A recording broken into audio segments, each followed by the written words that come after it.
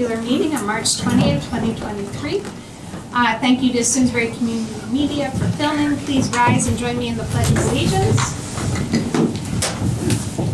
I pledge allegiance to the flag of the United States of America and to the republic for which it stands, one nation, under God, indivisible, with liberty and justice for all. I'm just going to start with a quick brief statement about where we are with the budget and how the process is working. And we're here tonight to receive the Board of Selectmen. We have with us Wendy Maxdudis, Selectman Eric Wellman, Selectwoman Amber Abule. Is there anyone else now? Chief Bolter. Chief Bolter is here. We've got Lisa Cream, Director. I could go through it. You know what? Why don't we just introduce ourselves? Go ahead and start. Brian Johnson, Golf Course Superintendent. Lisa, you can do it too. Okay, Lisa Cream, Library Director. Yeah. Orlando Cassiano, Parks Department. Amber Abiel, Deputy First Selectman. Eric Wellman, Board of Selectmen. Jenna Caulfield, Police Commission. Nick Bolton, Police Chief. Okay. And I think we all have our nameplates here, so you all know who we are. Creating the town and education budgets, as most folks know, is a multi-week process during which spending proposals are both presented, evaluated, and then amended. Revenues are updated, and long-term modeling is done so that we, as your representatives, can make informed decisions, and so can you. Your input, and this is to everyone watching, and I hope there is someone watching. Your input is a critical part of the process. We want to understand what you care about so that the budgets we pass reflect what our community values. We know a lot of people move to and stay in Simsbury for our great schools, beautiful open spaces, recreation, safety, library, parks, programming, and other key services. It's a great town, and everyone who works on the budget works hard to find the most efficient way to keep it a great place to live. Everyone is trying to do what we think is fair and best for our town, funding what we love with what we can afford to pay. And I think everyone knows it's a balance, and this year it's a little bit of a harder balance than we've had in the past. In terms of process, I just want to let folks know right off the bat, there will be no cuts or changes to the Board of Selectmen or education budgets tonight or Thursday.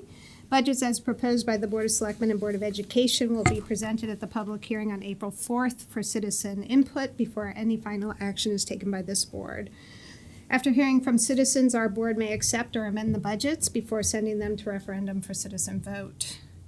Tonight is just another step in the process. If unchanged, the budgets will result in a median tax increase in the range of 5.93%, which I think most folks will recognize as the largest increase in many, many years. The budgets call for new spending that is greater than the amount of new revenue. That will mean a tax increase for most, but not all residents. Although the anticipated mill rate of 32.04 is lower than last year due to the revaluation, 90% of homeowners will see an increase in taxes because the town is spending more. Because the town recently completed its revaluation, the added tax burden of this year's budget will not fall on all homes equally. Most homes saw an increase in their appraised value. The median home in Simsbury increased in value by 27.7%, but the increase was not uniform. As a result, some homes will have higher taxes and some will have lower, depending on the appraisal. About 1 in 10 will enjoy a tax reduction. More than 21% of homes, that's 1 of 5 of us in this room, will see a tax increase of 12% or higher, with, again, the median increase at 5.93%. Why? Costs are going up. In particular, inflation has raised the cost of materials, salaries, employee health care, and utilities. Recent population and enrollment increases are resulting in requests for new staffing to meet increased service needs. This year, inflation increases will be accompanied by an increase in debt service, the annual cost of the town's borrowing for capital projects. Projects approved by the town's citizens, such as Latimer Lane, often do not begin to affect borrowing costs until several years after approval, because it takes time both to secure the bonds and to begin the actual work on projects. On March 7th, when this board met with the Board of Education, we received grand list projections provided by staff that showed a contraction in property values in the out years. We have since received revised and more optimistic numbers, which we will be reviewing later tonight. But the modeling does still project tax increases for the next few years. We'll be talking about some strategies we can take now and next year to mitigate those tax increases, but I just wanted to make folks aware of what is coming.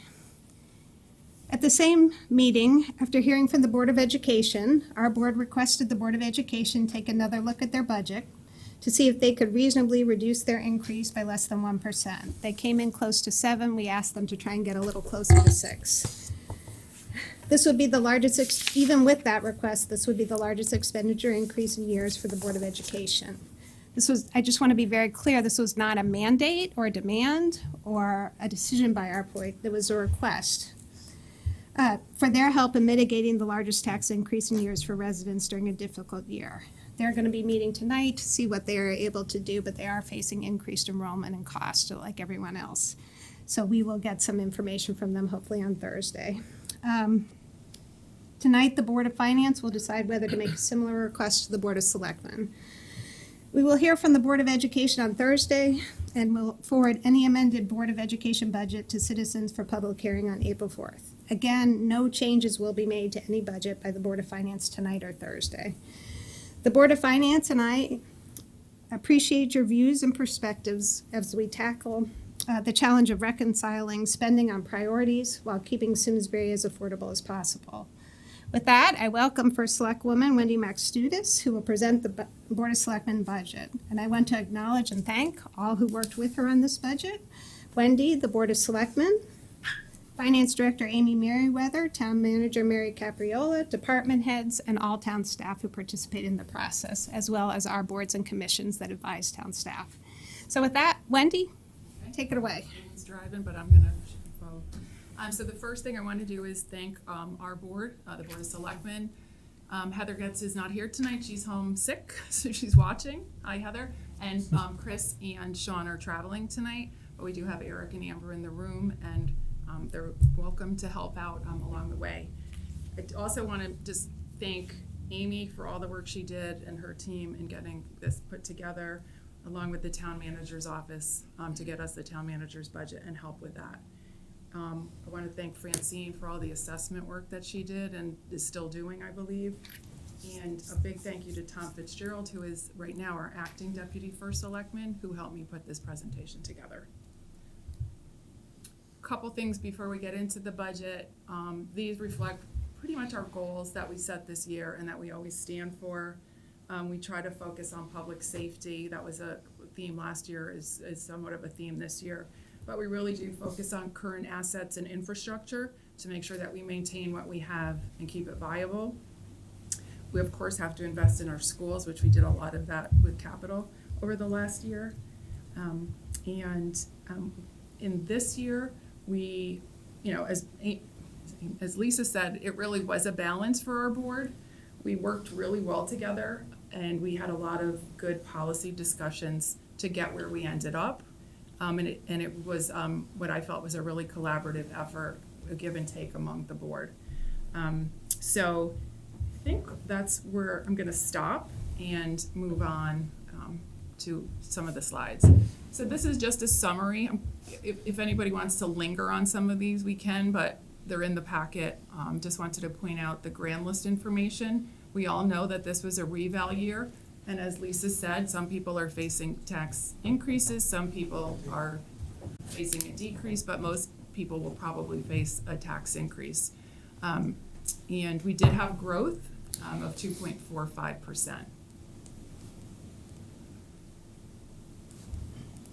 And then this is just the usual chart that shows where the grand list has been over the last 20 years. And there's a huge spike, obviously, this year because of the reval. Then these are the, pretty much, they change every year, obviously, but the revenue assumptions used this year, the tax collection rate, what 1 mil equals in revenue, We did get a second round of ARPA funding, which is the end of the ARPA funding, so after this year, we don't have to say ARPA again, I think. The governor's funding with state revenues on some of the grants that we get. And then there was a few things with the town clerk's office.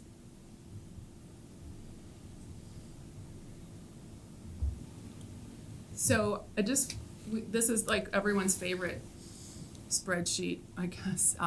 It pretty much shows the summary of the budget, what our operating budget was, where the town budget ended up. And, it's the modeling tool that Amy uses to make changes as we go through things to see what the mill rate will end up being. And this is where we are right now.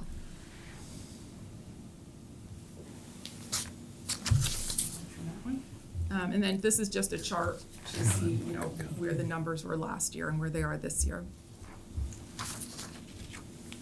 Can you go back? Oh, sure.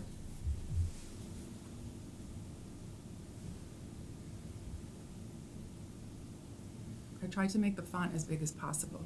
Okay.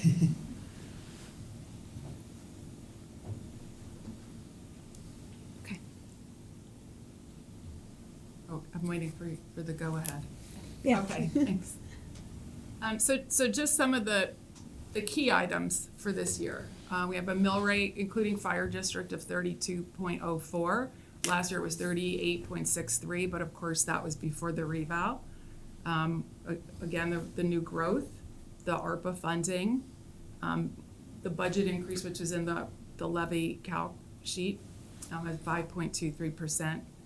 Is the total operating, I don't know if that's the right percentage. Okay, they're both 5.23, okay. And then a debt service increase of 5.83. Lisa mentioned before what some of the budget drivers were, so I included those in here. We did make some operating and capital cuts in the amount of 685 plus or minus, or plus a little.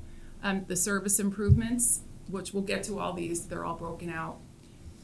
We always get outside agency requests from a lot of the nonprofits. This year we only increased funding for the Interval House. Everybody else we left flat funded or did not provide funding. The rationale was we gave out that 501c3 grant program where most of them got a 10K grant late last year. So we decided we would keep everyone flat funded this year. And so this gets into kind of the first approach that we took during the budget. We've been hearing since last year, or maybe the year before, about Latimer. And if we look at the chart, which is in here, how we're gonna hit the 8% or go over the 8%. So given that we had all this ARPA cash or capital reserves that we could use at our disposal, we thought one of the best ways we could use it was to pay for some of the bonded projects that were coming to get that out of the way. The first thing that we did was take almost $2 million of the ARPA funding cash, and the Flower Bridge was supposed to be bonded for that full amount in this year. We used cash for that. And part of the rationale was it also gives the ARPA title everyone something they can point to, because that was one of the biggest things we heard when we went out to the community for ARPA use. So it kind of just naturally happened that was on the chart and we had the money. And I had asked Amy to lay out all the savings that we would see as a result of that every year, which really makes it clear, the value of doing that for the next 10 years. Another counter to that was we took a couple of the ARPA projects and took the funding from them, did not do the projects. One was the business grant program, and one was putting $600,000 into the health fund account, and that gave us close to $800. We used a few dollars here and there elsewhere. And then we pulled $500,000 from capital reserves because we were at a good level, and Amy said it was okay to do that. And we used that money to pay down debt service. Amy is actually going to use it to pay for some of the Latimer or things that are going out this year. Yeah, so for our 10-year fiscal year 23 issuance, we would reduce our bonding by the 1.2 million to have an impact in fiscal year 24. And we have not bonded yet, right? Right, will be probably April or May. And this is the famous chart And I just put the little circle there so you could see that it's below the yellow. Good job. Thank you. Oh, circle or the No, getting it below the yellow. yeah. So now we get to the spending side. So we had a lot of service improvement requests, and we really discussed a lot of these in detail across the board. And where we ended up, we're approving these requests here. And what I'll do is kind of go through them and so we did approve a new police officer. It originally wasn't on our radar, but it was in the additional request, not the town manager prioritized. But at the beginning of our budget sessions, we heard from the chief and the police that the staffing study that we had done, we don't have it in hand, but verbally they were recommending 3 officers plus 3 civilians. And we made the case, they made the case that we would fund a police officer this year. Given future retirements, again, if the staffing study is going to say we need more people, the amount of time it takes to hire a police officer, that was the logic that we used to fund that. The mechanic was a public works priority. It was supposed to be a shared service with the Board of Ed, and I don't think it's going to be this year, but we're looking to potentially do that in the future. But Tom Roy, who's not here tonight, but made the argument that, this obviously contributes to the well-being and maintenance of all our vehicles and keeps things alive longer than they might not be if we did not fill this position. He also made the case he has not really hired new staff in recent years, and I don't remember, Eric, you could weigh in on that, but I don't know if we've given. Not in my tenure anyway. Oh, okay. So that makes a good case for Tom. The on-call services, I think that was, I'm not 100% sure. Wendy, can I Oh, sure, sorry. interrupt? And Sure. Do you mind do you want us to wait to the end or ask. Yeah. ask as we're going along? So is what you're indicating that the mechanic is needed because we're not doing maintenance on vehicles now? No, we are doing maintenance, but I think it's the amount of vehicles that they have there, the amount that do they service the PD vehicles too? Okay. Well, and I also think that they are having to use some outside services, outside entities locally to service vehicles, which Tom said is not as, you're kind of getting the bare minimum done, and the standard of service that could be done on some of the fleet would be higher if we were doing it in-house, and the vehicles would last longer than if you take it to someone locally and just kind of. That was my concern, is are we deferring maintenance I think as a result of future costs? Well, I think that he would argue that the quality of the service would be higher if we were doing it ourselves in-house than what we are paying to have outside services do. That's quantifiable, right? We could figure out what we're spending on third-party engineering services. So what is that number? Are you talking about the on-call? No, the No, I'm mechanic. You were talking about, so this was in about any the event. This was about the mechanic, you were right. Yeah. Amy, could we get that for our April meeting? Can I just add one other Yeah, detail? sure. On this one, the industry benchmarking that Tom Roy did shows that we should have, based on our fleet and the size, we should have almost, I think, 4.5 to 5 mechanics. We currently have 2.5, so this would get us to 3.5. So there's just some context. Yeah, I think that what question that you're going to is, what's would we save as much by hiring somebody as will, as opposed to spending it on outsiders?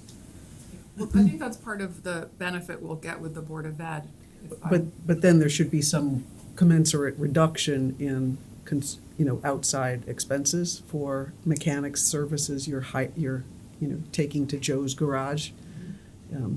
So I don't think we know the number on the town side of what's being outsourced, but on the Board of Ed side, I think theirs was about 18,000, which is probably a little on the low side.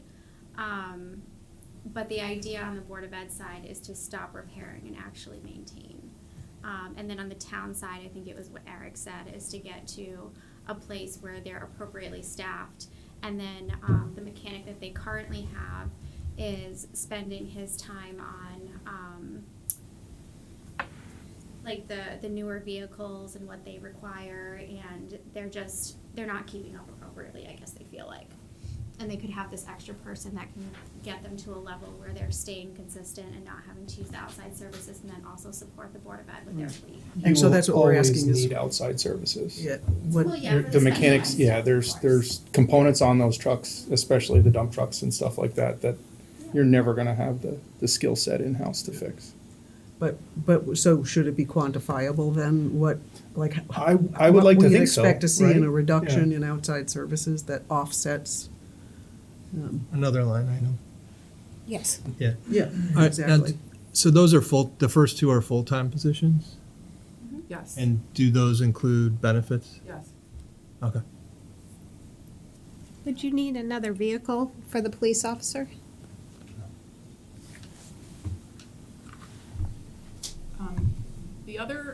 The next item is some consulting services for engineering. And I'm gonna see if somebody else can speak to that a little bit more detail. I'm not sure if it's for grants or. Yeah, this one, we have a lot of engineering projects that are sort of hitting, this coming year, and I think this is an opportunity for them to basically hit the release valve, to get some help, when needed on some of these projects, so that they don't stall. One of the things, could that be charged to the capital project? Why does that need to be charged to the operating budget? Is there? Ask Tom Roy, I'm not sure. Okay. I don't think it's for specific capital projects, but I can add it to my list.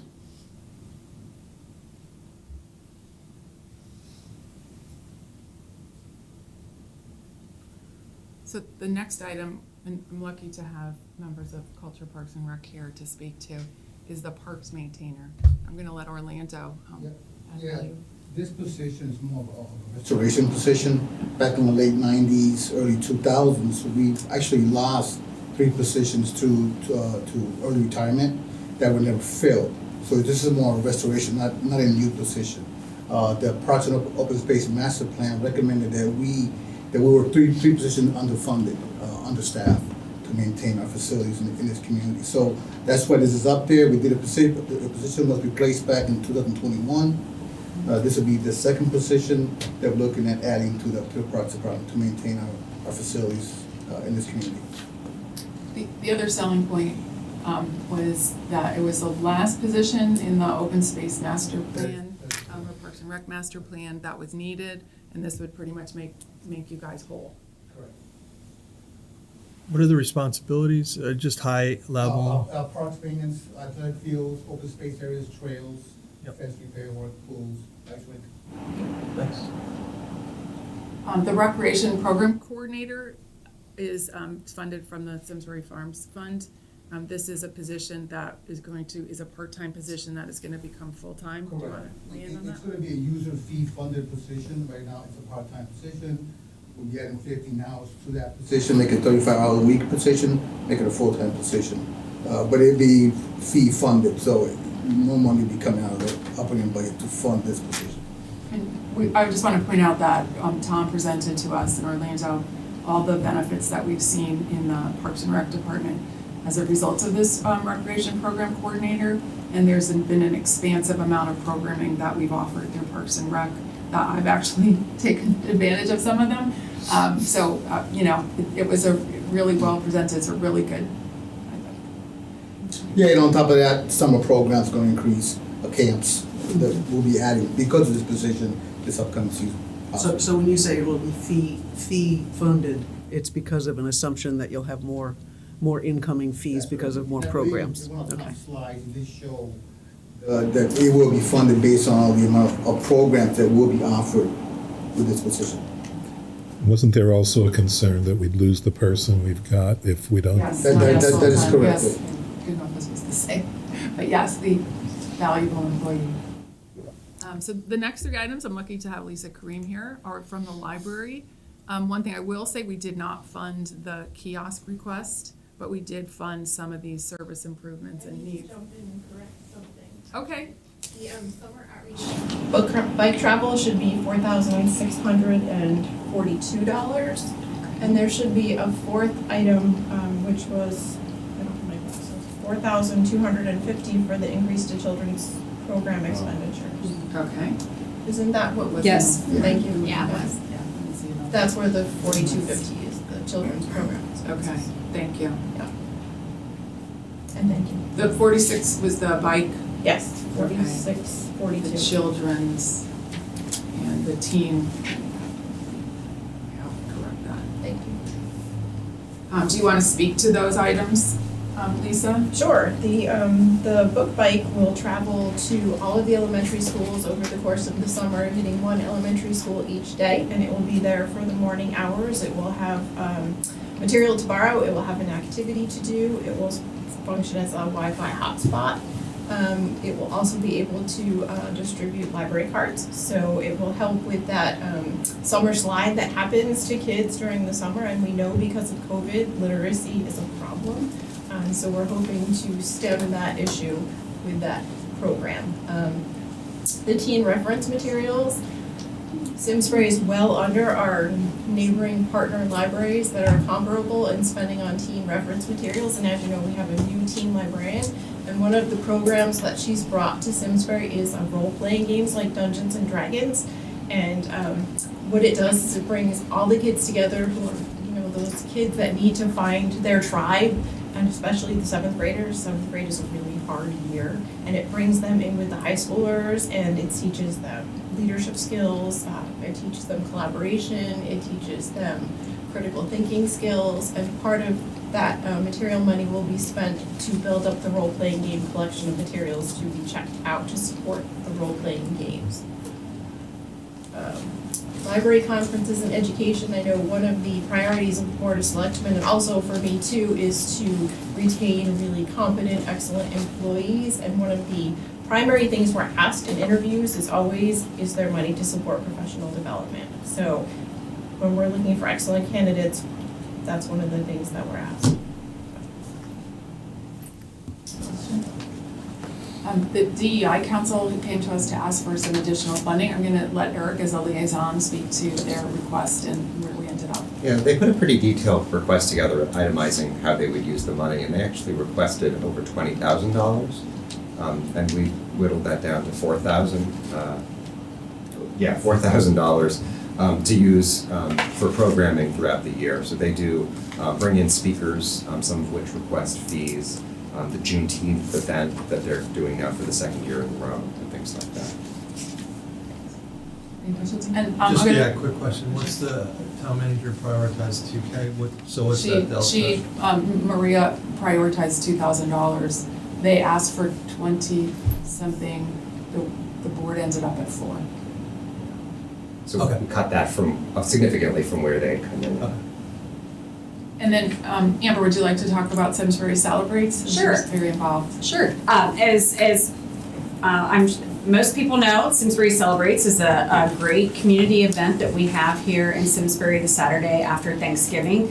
This last year, we had 20,000 people come and enjoy a number of activities. This is put together by a small group of volunteers, but Parks and Rec also helps assist with that, as well as we have to have assistance from our police and Public Works to manage having that many people here in town. Primarily, the event is funded through donations. However, it does, and especially with the number of attendees going up, we felt like that the amount needed to cover the town's services for safety and crowd management could be increased. So we felt like it was appropriate to have it come through the Parks and Rec part of the budget and help us put on this joint kind of community event that does a lot for our town. It's a great way for people to see Simsbury. It's great for economic development because people can come and see what we have to offer and sample restaurant offerings and so we felt like the increase made sense to, it was originally, I think it gets $2,000, and so this would be an increase of an additional $3,300. I'm just gonna let folks know I serve, I'm the small group that helps organize that event. So I'm gonna not participate in that part of the discussion. And a lot of it is funded from donations too, right? So Almost all. Yeah, so this actually, Hey, With a very small amount that Lisa started has to gone to participate. cover the town staff, public safety part of it, but that part of the budget, just like everything else, has kind of increased over the years, so this is to offset that. yeah, and it ensures we can put on a good, safe event Right. and we're funded. So what's the total budget for Simsbury Celebrates, Amber? Well, I mean, in total, what would come out of Parks and Rec would be, I think, $5,300, because Oh, they have wow. always funded $2,000. The total budget for the, I mean, Yeah. with donations, I think it's closer to over, $20,000 Yeah. of donations that come in, but that's all privately solicited and donated. No, 20,000 people is a huge number. That's great. Yeah. Have you gone, Tara? No, I can put you on the spot. Of course. Yeah, not to mention the countless hours of donations of entertainers and people that come and put on shows and singers and all of that. A large part of that is also donated. I mean, some of it is paid, but a lot of it is donated as well, So is this funding Congratulations. intended then to be given to the police for their services, or is it for programming? It is, I believe it is primarily intended to offset the public service cost of the event. I think the donations I believe so. cover, yeah, the it's covered. donations are covering Safety entertainers and things like that. Public Works, police. Yeah, Yep. yeah, The overtime. yeah, it is, That you put out there. right. I'm doing a good job. Oh, we don't want to Yeah. wear secrets. And I just included at the bottom, it's a little bit small, but these were included in our packet, our book, actually, from requests from other departments that were not prioritized by the town manager. We did fund a couple that are up on top, but I just wanted to show that there were still more asks and needs from the departments that we did not pay for this year. Okay. Yeah. One other just Sure. statement about this page. I think in a tough budget year like this, when we're looking at a tax increase like we haven't seen in a while, why are we adding, new positions now? And I take issue with calling these service improvements, because I feel like if these were service improvements, I wouldn't be in favor of it. These are really allowing our, parks, police, and public works to maintain the level of service that our growing communities come to expect. And if they're not added this year, our understanding is these really would need to be added soon in order to not have a degradation in the service. So I just wanted to put that context out there. Thank you. Any other questions on this here? Just for the record, the form does say service improvement request. I know, we call it that. I don't see these as a Yes. service. Yeah, that's a fair point. Add-ons, I guess. So this will be the last time we see an ARPA slide. Oh, I just skipped one. Oh, I did? Oh, I did skip one, thank you. So I wanted to just put in here where we made some cuts to the budget. And we were presented with an opportunity to cut back a little bit on the energy costs from the original town manager budget. We reduced that by $20,000. I don't really understand the holiday pay and overtime numbers, if someone wants to explain how we got to those. Sure. Yeah, Okay, specifically thank with you. the holiday pay, contractually, the officers are given X number of holidays per year, and they are given that at their overtime rate. And they have the option of, instead of taking it for money, they can take it for time off instead. So around 2014, we were about 95% of that fund was used. So we budgeted for, if everybody put in for money and didn't take time off, that was this number. And 95% of that was used. Since then, it's been slowly coming down. People are taking more time off as opposed to the cash. And last year, we were around 67% or so. So this year, we went even less, and I think we're around 60 to 65% budgeted amount, in hopes that it remains about where it is, as opposed to starting to head back up.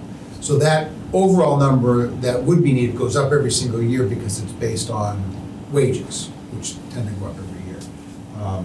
But it feels like a fairly safe number for us, given the past 6 or 7 years. Nick, I'm sorry, I didn't follow on that. So you're saying when police work on the holiday? No. You're So saying when they contractually- get paid when they're not working on the holiday? Right, contractually, they get Like 11 holidays per year. Yeah. And unlike other non-essential positions that get the day off, they sometimes have to work those. So they get paid their regular day. If they work? Well, they get paid the holiday regardless of whether they Right, work or not. yeah, for sure. But And they if get- they work, then they get. They get overtime. Yeah, sure. Um, They get a holiday rate. They get the holiday rate regardless. So. So that sounds yeah, like so they let get me- the holiday rate whether they're working. It's an overtime rate. So what it is they get 11 holidays per year. We pay them for 6 of those holidays from January through the end of June. And then from July to December, they get paid for 5 of them. Yeah, Regardless of whether they work those or not, they get those holidays. yeah. But if they actually work, say they're working Christmas, they don't get, like, But they're not getting paid overtime to work Christmas. It's their regular It's schedule. their regular day. So, So where does the savings They're come getting from? paid. They have the election of either taking Pay. pay Correct. or Or the time day off. or the actual Or time a day off. off, not that day. Right.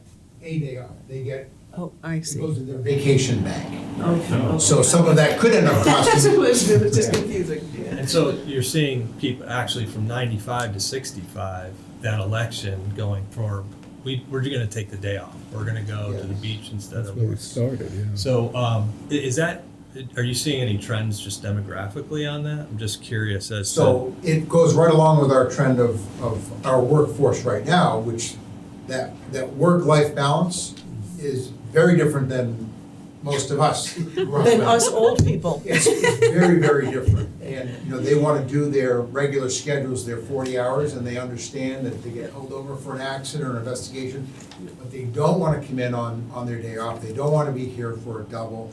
They value their Yeah. personal time. Right. I don't want to say much greater than we did, but it was just very different. Yeah. And we've seen that trend now at least for the last 3 or 4 years. And I think that sort of mirrors what Yeah. we've seen here. Not unique to the police, that's for sure. I don't think so, yeah. Okay. Okay, the vacancy rate, that comes Oh, up. wait, But one you more. didn't Oh, talk about sorry. overtime. You talked about holiday Oh, I was pay, gonna- and then I interrupted you, so, sorry. So the overtime projected for this year is somewhere around 320,000, which is about 35,000 over our budget. And we went from November of last year till now with about 20 or 30% of our workforce not even available. And we have had this now consistently for 2 years. Not those same people, but those percentages, because of illnesses, because of work-related injuries. And that doesn't even count like using leave or vacation time. It's just what, sort of the roll of the dice, what has happened. And we're projecting that will continue because of the things that we have seen. So we've had a lot of 20 to 30%? our patrol force, yeah. Not of the entire department, the patrol force. Amy, are we seeing that in other departments too? Or is that typical? No, I think that's just for the police department. And almost all of that is non-work related illnesses or injuries that are long-term, they're extended leave, people being out for a considerable amount of time for some sort of a replacement, a surgery that didn't go as well as it should have, and there was something else that was discovered, tons of unexpected, unfortunate things.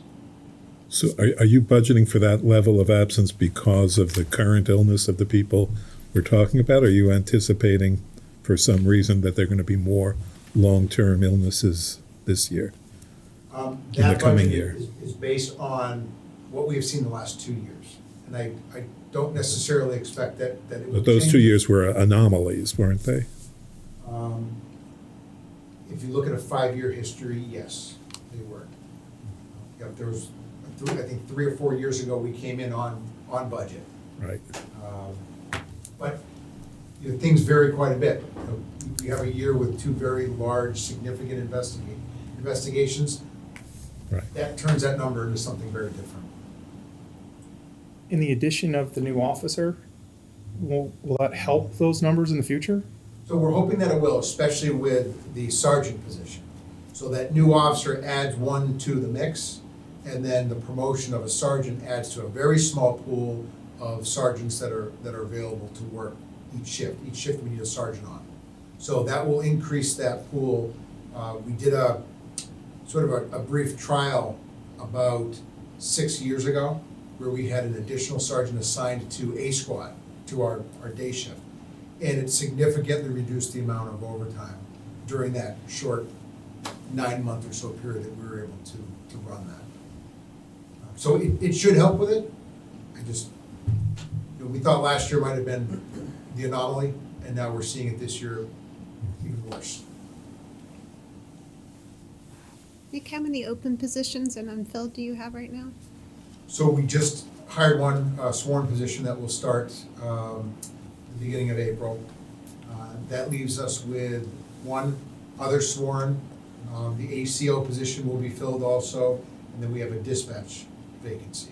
So we will have 2 vacancies still as we move forward. We are expecting some retirements. You have retirement eligibility. Yeah, and at least, yeah, Some indications. some are very strong. Very strong. So we did add to the vacancy rate. Last year was 200,000, I believe. There was a lot of discussion about, could we bump it up? Amy actually prepared, I think, the list of positions with how long, and if that's something you guys might want, we can probably send it out to you, what positions were open and for how long. And it was determined that we could increase it by 35,000, especially with the, we know that hiring a police officer to go through, to take time, so there's a little bit of a buffer there. So, I'm sure that's conservative, but Amy is pretty conservative, so I wanted to make sure she was comfortable with that. The library kiosk, we're not funding that project. The town tourism map, we are not funding that project. The 170 in debt service, as I said before, that was part of our goal, was to kind of flatten out that debt service with savings over the next X number of years, and to use some of the cash that we had. So we pretty much pulled a couple of the ARPA proposed funded projects and pulled 500,000 out of capital reserve, which results in that 170 savings starting this next 2024. The interest income, this is Amy recommended this change. If she wants to weigh in on it, I'll wait a. So yeah, we just looked at the interest income, what we've seen to date, compared to what we're projected out for the rest of the year. And then just getting some input on where we expect interest rates to be. So we were able to bump up our interest income expectations by about the $200,000. What interest rate expectations are you thinking? So right now, we're probably going to be at about $230,000 at the end of this year. And putting in like a little buffer for increased interest rates, it makes the next year's budget around $300,000. Those are variable interest rates, right? You're not at a. Yeah, no, there's no CDs or anything. Yep. So the Iron Horse median was on the CNR for 150,000, and we had a lot of discussion around that.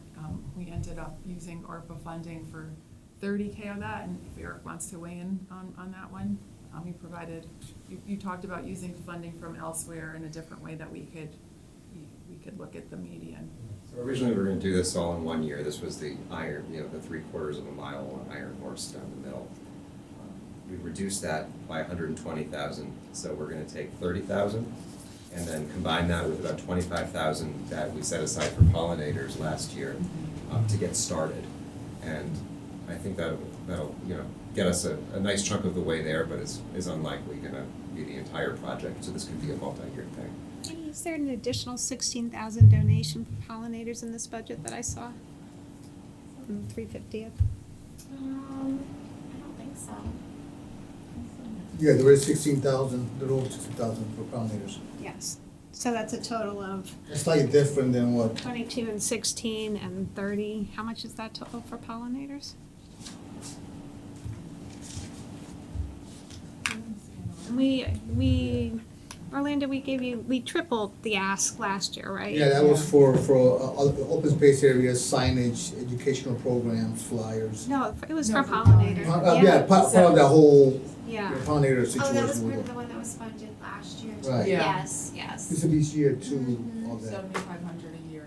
And I think you said only about 2,000 had been spent from that, is that right? That's I what's believe left? so, if I remember.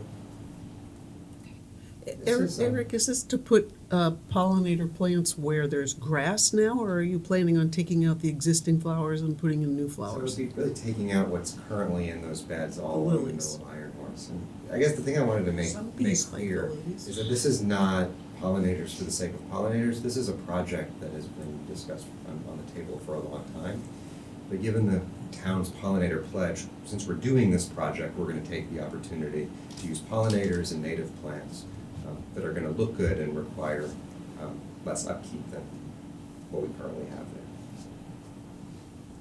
there.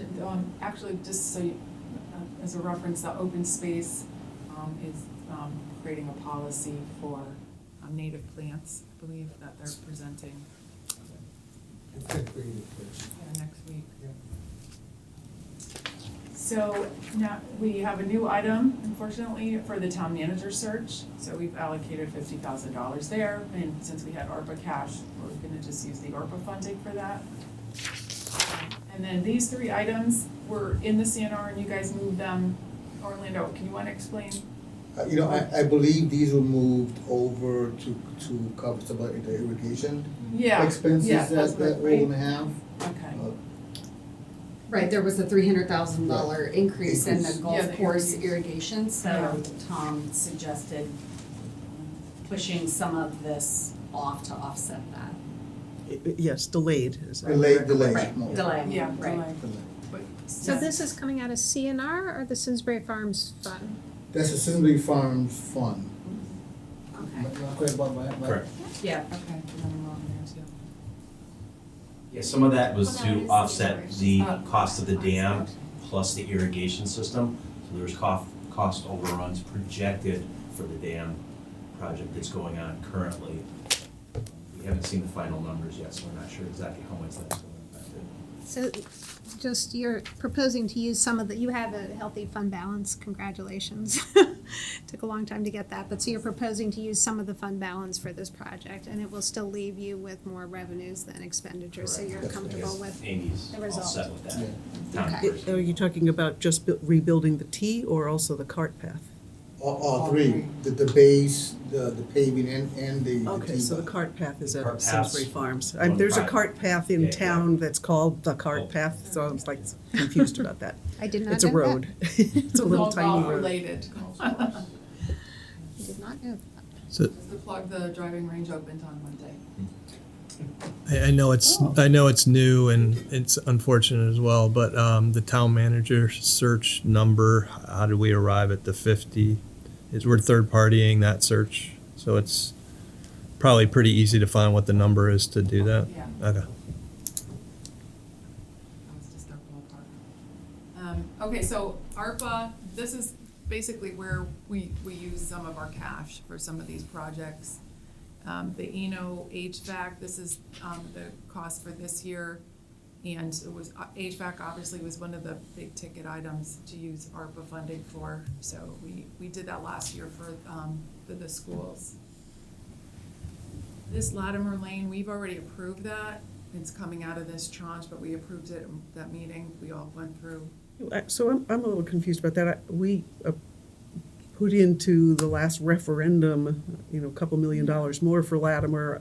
That, as far as I knew from the drawings, because we were asked to consider some additional options, and we approved some of them and not others. I thought everything was already in that number, so this I'll is, let Amy weigh in. Is it just hold? is this to offset that? I actually don't remember offhand, but you're right, it was part of that final number. And then I think the funding came from two different places. They had the funding for the overage, and then they broke out the funding to be ARPA themed for the 345, but I can get specifics on that. Okay, I was It's just not not in remembering. I addition- know it's some not of it was to be in addition to what was bonded. approved. That's 'cause the the- question. It's Yeah, it's it's not already in addition. approved. You're not asking for another Right, appropriation. Okay, Right, yeah, thank yeah. you. Just to It's show like, that we it was already did part this. of that tranche. It's not a second reallocated. request, it's the Yeah, same no, Exactly, yes, right. we all, That's confusing. okay, again, so the You town don't need manager that. search, we mentioned that, but that's ARPA funding, the 30 for the Salt First and Median, Flower Bridge, the 1.989. This was the project that Lisa mentioned, the bike traveling to the schools. And this one is an operating cost because it's paying for an employee to spend the hours to go there. And then it will include, so I think there was a little maintenance on the bike included in there. I'm not sure if that was in there or not too. And then Just a quick question on that, because it's an operating cost, we can't do multi-year appropriations, so would we do it and assign it within the capital reserve and it would then be used? Right, so we'll keep Okay. about 4,000 of it in operating, and then the rest will go out to the capital reserve fund and be assigned for the future years. so the last three were the more subjective asks for ARPA. And one was, we gave $100,000 last year to the Housing Authority, if you remember. They had a lot of capital improvements and needs that they wanted to cover. I'm gonna let Amber speak to that as the liaison to housing to, talk about the new ask and how far they've gotten on the money that we gave them last year. Great. The Housing Authority is working on all of the projects that were funded with the $100,000 from last year. Some of the work that needs to be done, like electrical panels and heat pumps, is kind of being done on a rolling basis because the unit needs to be shut down. So as people, the units turn over, they're able to get this work done. And so they have spent, this is probably a little bit out of date because it was done around the first of the year, but about $37,000 out of the $100,000. I'm sure more has been spent since then. But they are rolling through all of the units and doing electrical panel work. Master electrical panel work has been completed, changing out heat pumps and putting in new locks. Even with this, these projects that have been funded, there's still about $640,000 worth of projects that they are working on, including energy efficient window replacements, some site lighting replacements along the roadway, and then they are also doing 38 conversions for bathtubs so that they can be walk-ins. One thing that came up on our Farmington Valley Health Department report that we got was that falls are actually a big concern right now, and it is a problem kind of that they're keeping their eye on in our community. And so these tub conversions, when you have a aged and disabled population, are pretty important, and the tub conversions alone are $228,000.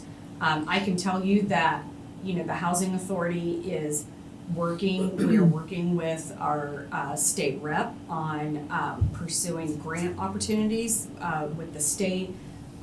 We are pursuing opportunities to create kind of an auxiliary nonprofit that could perhaps take donations, and also donations from contractors that would like to donate services. So we are exploring lots of ways to try to secure funding. However, because it is such a big goal in our community is to support affordable housing. It's something that we hear from people in our community. It's something that is important to the Board of Selectmen.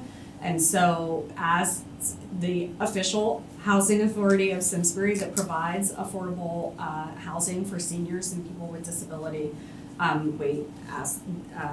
supported this $100,000 ask to continue to make these improvements for the facility there.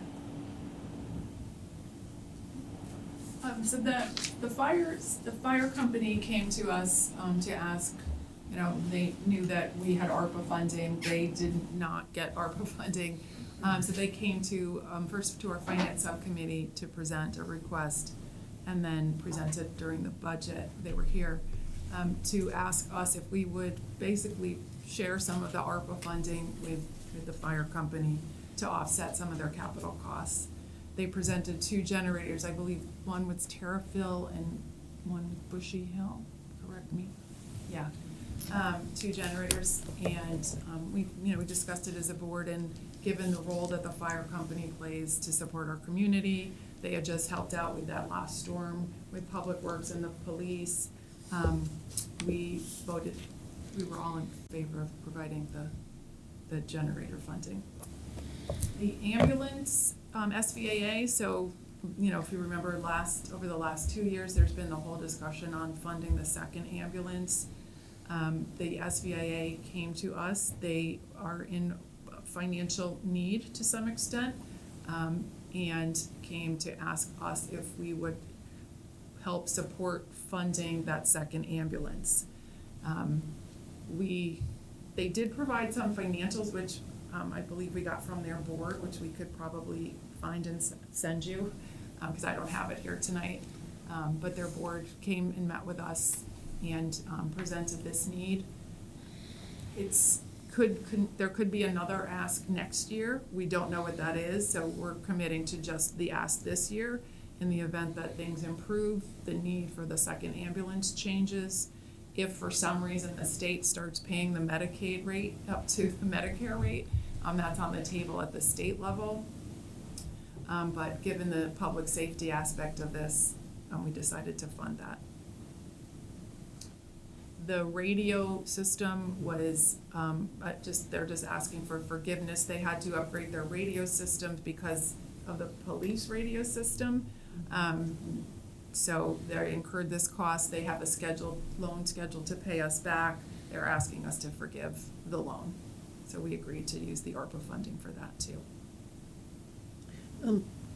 A question, Amber talked about what the housing authority's done to try to look at outside funding resources. Do you have any sense of whether they're making similar efforts to find other grant funds or The donations? ambulance, I think they're looking at their structure, right?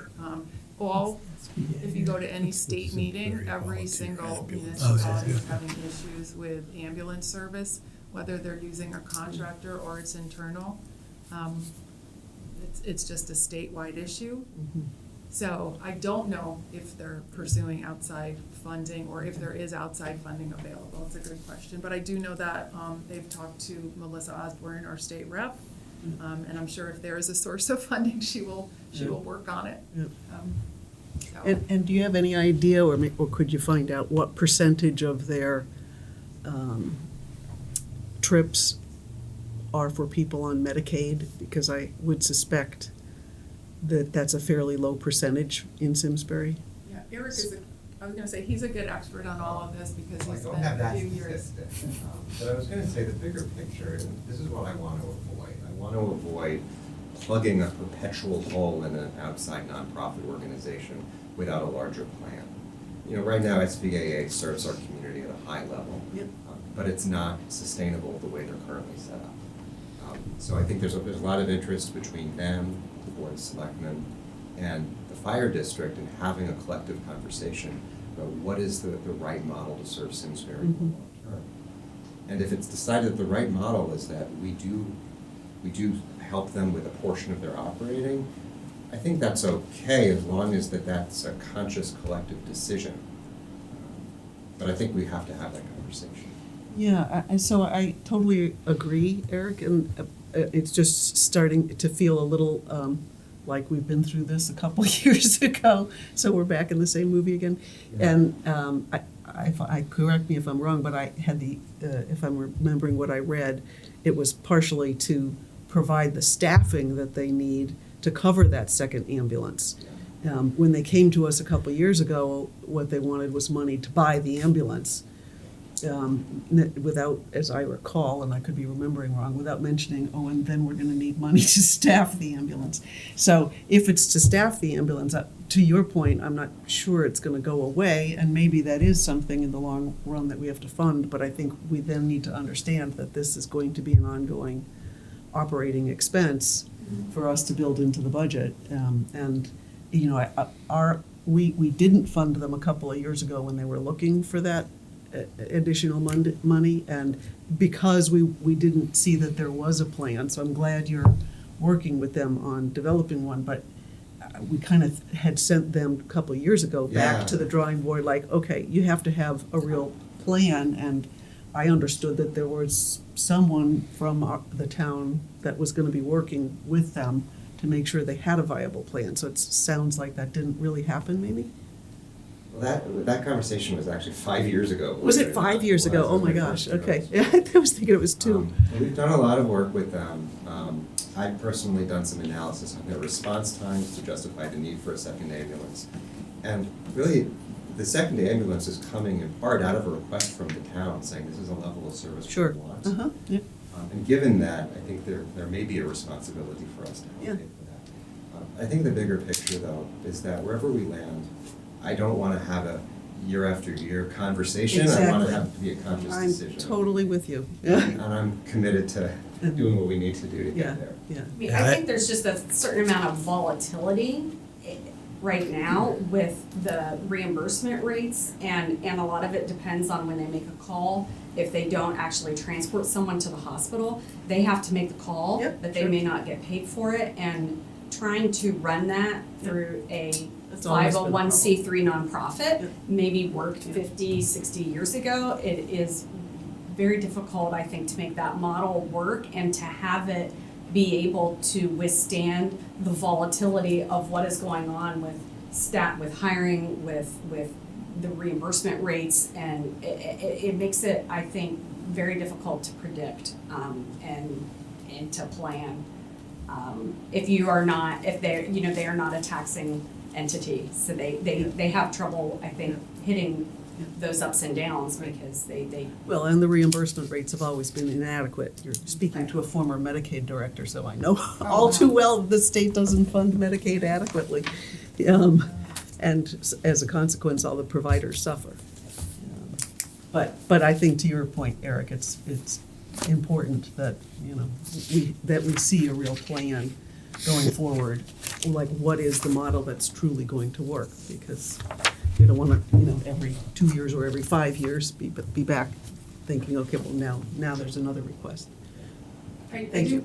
I do want to add, I was involved in the meeting with the public safety chair and Maria with the SBIA, and Maria definitely was planning to set up, like for this initial ask, a lot of structure and accountability to make sure that it's being used correctly with the financial needs of that. And Sean also mentioned that like an MOU of some sort would be set up. So it's, it's not just go out there. And then also with the future, as I mentioned before, some towns, the fire is and the ambulance are one. They're under the town.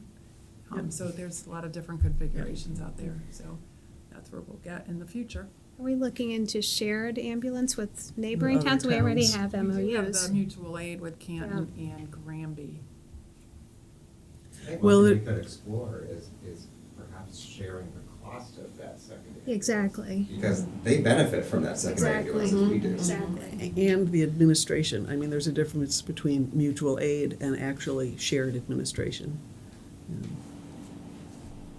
I just want to say I agree 100% with both of your comments. I guess my question, especially on the collaboration, I know that if anything were to happen to one of my family members or myself, that I would want somebody there as soon as possible, so I appreciate that. But the collaboration is key. I just want to understand this loan that was taken out by them, by themselves, without talking to anybody? Is that what happened? No. they So borrowed how did, from how us. did they end up with this loan? Let's let Amy. So we basically fronted the full cost of their radio project system, and their share of the 70,000 we fronted, and they're paying us back. Are they paying interest on that loan? No, right now they haven't made any payments on it. Well, they haven't paid anything on it. Okay. Yeah. When So- was the loan given?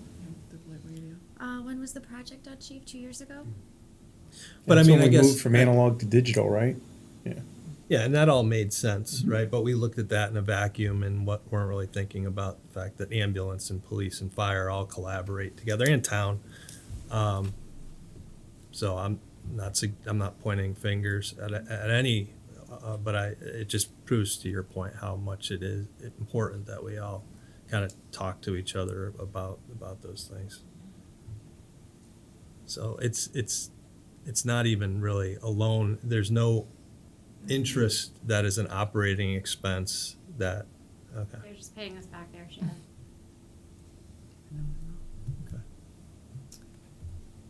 So the next, now we're getting to the capital. Can we Oh, go sure. back? I mean, the big one is really the Flower Bridge, right? That's 60% of the 3.3 million. Can we just talk about, or can someone just talk to that again really quickly? I know we've talked about it, but I've mentioned in the past in meetings that given the size of the number, I know there was a report, I think an engineer's report, and I don't remember if there was anything specific as to whether there were any life safety issues with the bridge as it is right now. That would be the one thing that I would want to know in terms of if people are walking over it, whether they're going to get hurt. I wouldn't want that. But if there's something a little bit more palatable and something like a repairs and maintenance plan as opposed to the full $2 million, I think I'd be willing to spend, a third party consultant. I'd be willing to pay them $3,000 to $5,000 just to determine, that 10-year, what that bridge looks like over 10 years and what we should be spending over that 10-year period. What needs to be done immediately and what can be deferred, because that's the full cost, and I don't think we need to do that right now, unless there's a life safety issue, and I don't remember reading anything I about don't think that. there is a life safety issue. I don't think Tom Roy presented a life safety issue because we talked that potentially could be moved out. They did do the study, we gave about $300,000 last year, right, to do the design work and planning for the improvements. And that was funded by ARPA. There's a lot of, I have pictures from when the bridge people came of, bolts. runs and Yeah. bolts and paint chippings and things like that. Yeah. I would say the logic that we used was this is an asset in the center of town that reflects the community as a whole, that is used every day by everyone here. We heard from our public last year when we talked about ARPA, and we heard from, of course, it was probably a gathering of people to come talk about the bridge, but we did hear from a lot of people about the bridge. And we all came to the conclusion that it is one of the gems in our town. And if we have this money and we can use it to have something we can all point to, that was why we made that choice. But just to be clear to everybody who's watching, that the ARPA dollars are really reserve dollars. Yep. They do not have to be used for anything specific, so anything that we use here is taking away from another potential capital Agreed. project. Agreed. We do, Amy, can you let us know how long the bridge project has been on the CIP? I believe it's over 6 years. I can look. I'll get back to you. But it's not really an improvement per se, right? Isn't it maintenance? Yes. Yeah.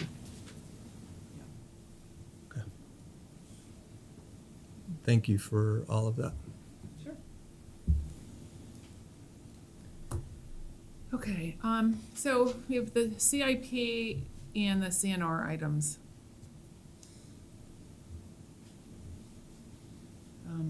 I was gonna just, I put together just the list of what was funded. Yeah, and this is all in the book. your books and my book. What was funded and where the funding came for the projects for this year only. And then we have each project. I'm not sure how we want to proceed, if we want to go through each project. I highlighted, just as are in the books, the items that had new components or were new. Oh, is that what the bold is indicating? Yes, I copied what was done in the book. Okay, yeah, well, it didn't say why some projects were bold and some weren't. That's what I was asking Oh, Amy. really? It should have said it at the bottom. Oh, No? maybe I missed it. Oh, is it Was there a little asterisk or something? Yes. What would the asterisk be? No, anything that's bolded is a new Oh, it's project a new that was added project. this Gotcha. year. Yep. That requires a separate vote by the Board of Selectmen. It hasn't been on the CIP the previous year. Wendy, or Amy, can you speak to pavement of roads? That's gone up substantially for 2 years and then it drops back down. Can you talk about what's happening there? I can follow up with Tom Roy for a detailed explanation, but it's just based on what they're seeing as an increase. They're there's no hoping that it's going to estimates. come back down. There's no certainty that it will come back down. Down But for the there. next couple of years, they feel like there's gonna be a spike in inflationary costs for the cost of paving the roads overall. We could get some detail from Tom Ray, that would be helpful. I'd like to get some information about that Meadowwood barn restoration.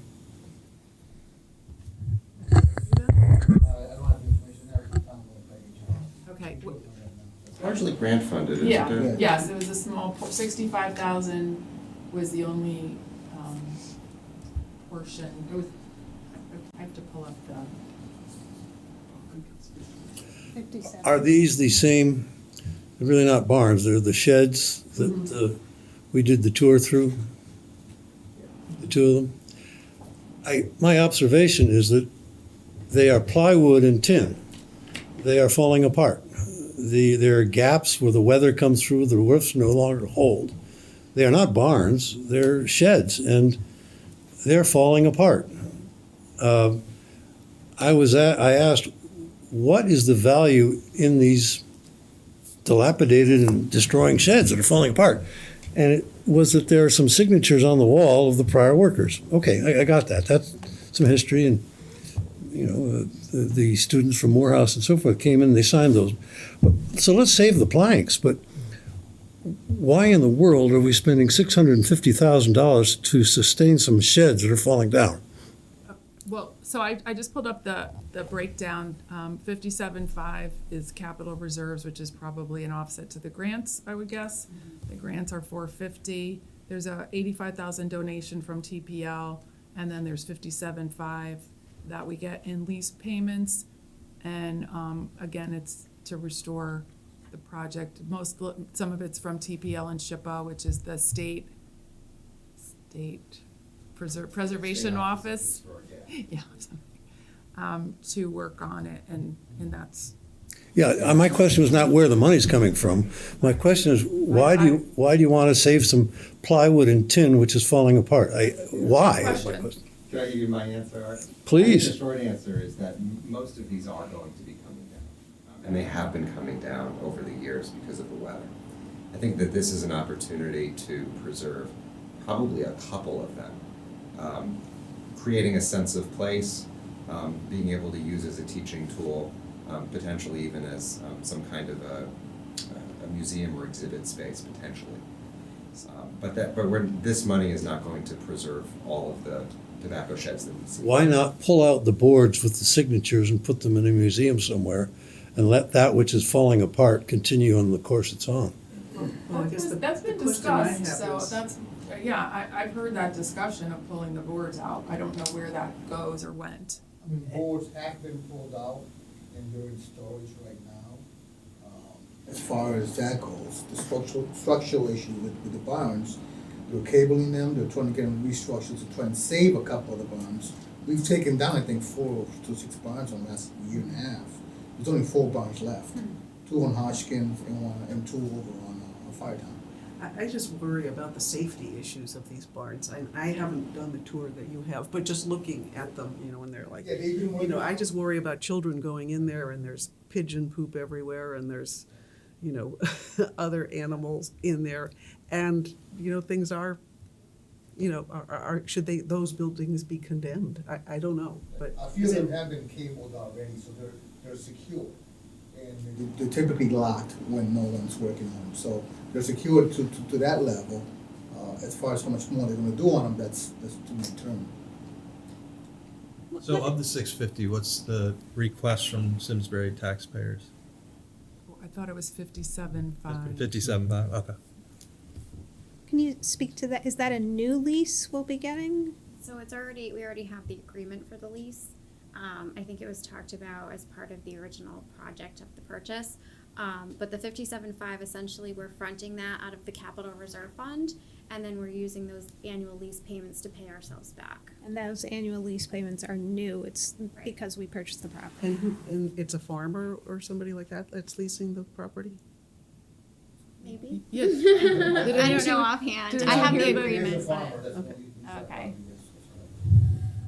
Yeah, and so it just occurs to me that the 57.5 should be booked as revenue to the general fund? So we have multiple ag leases.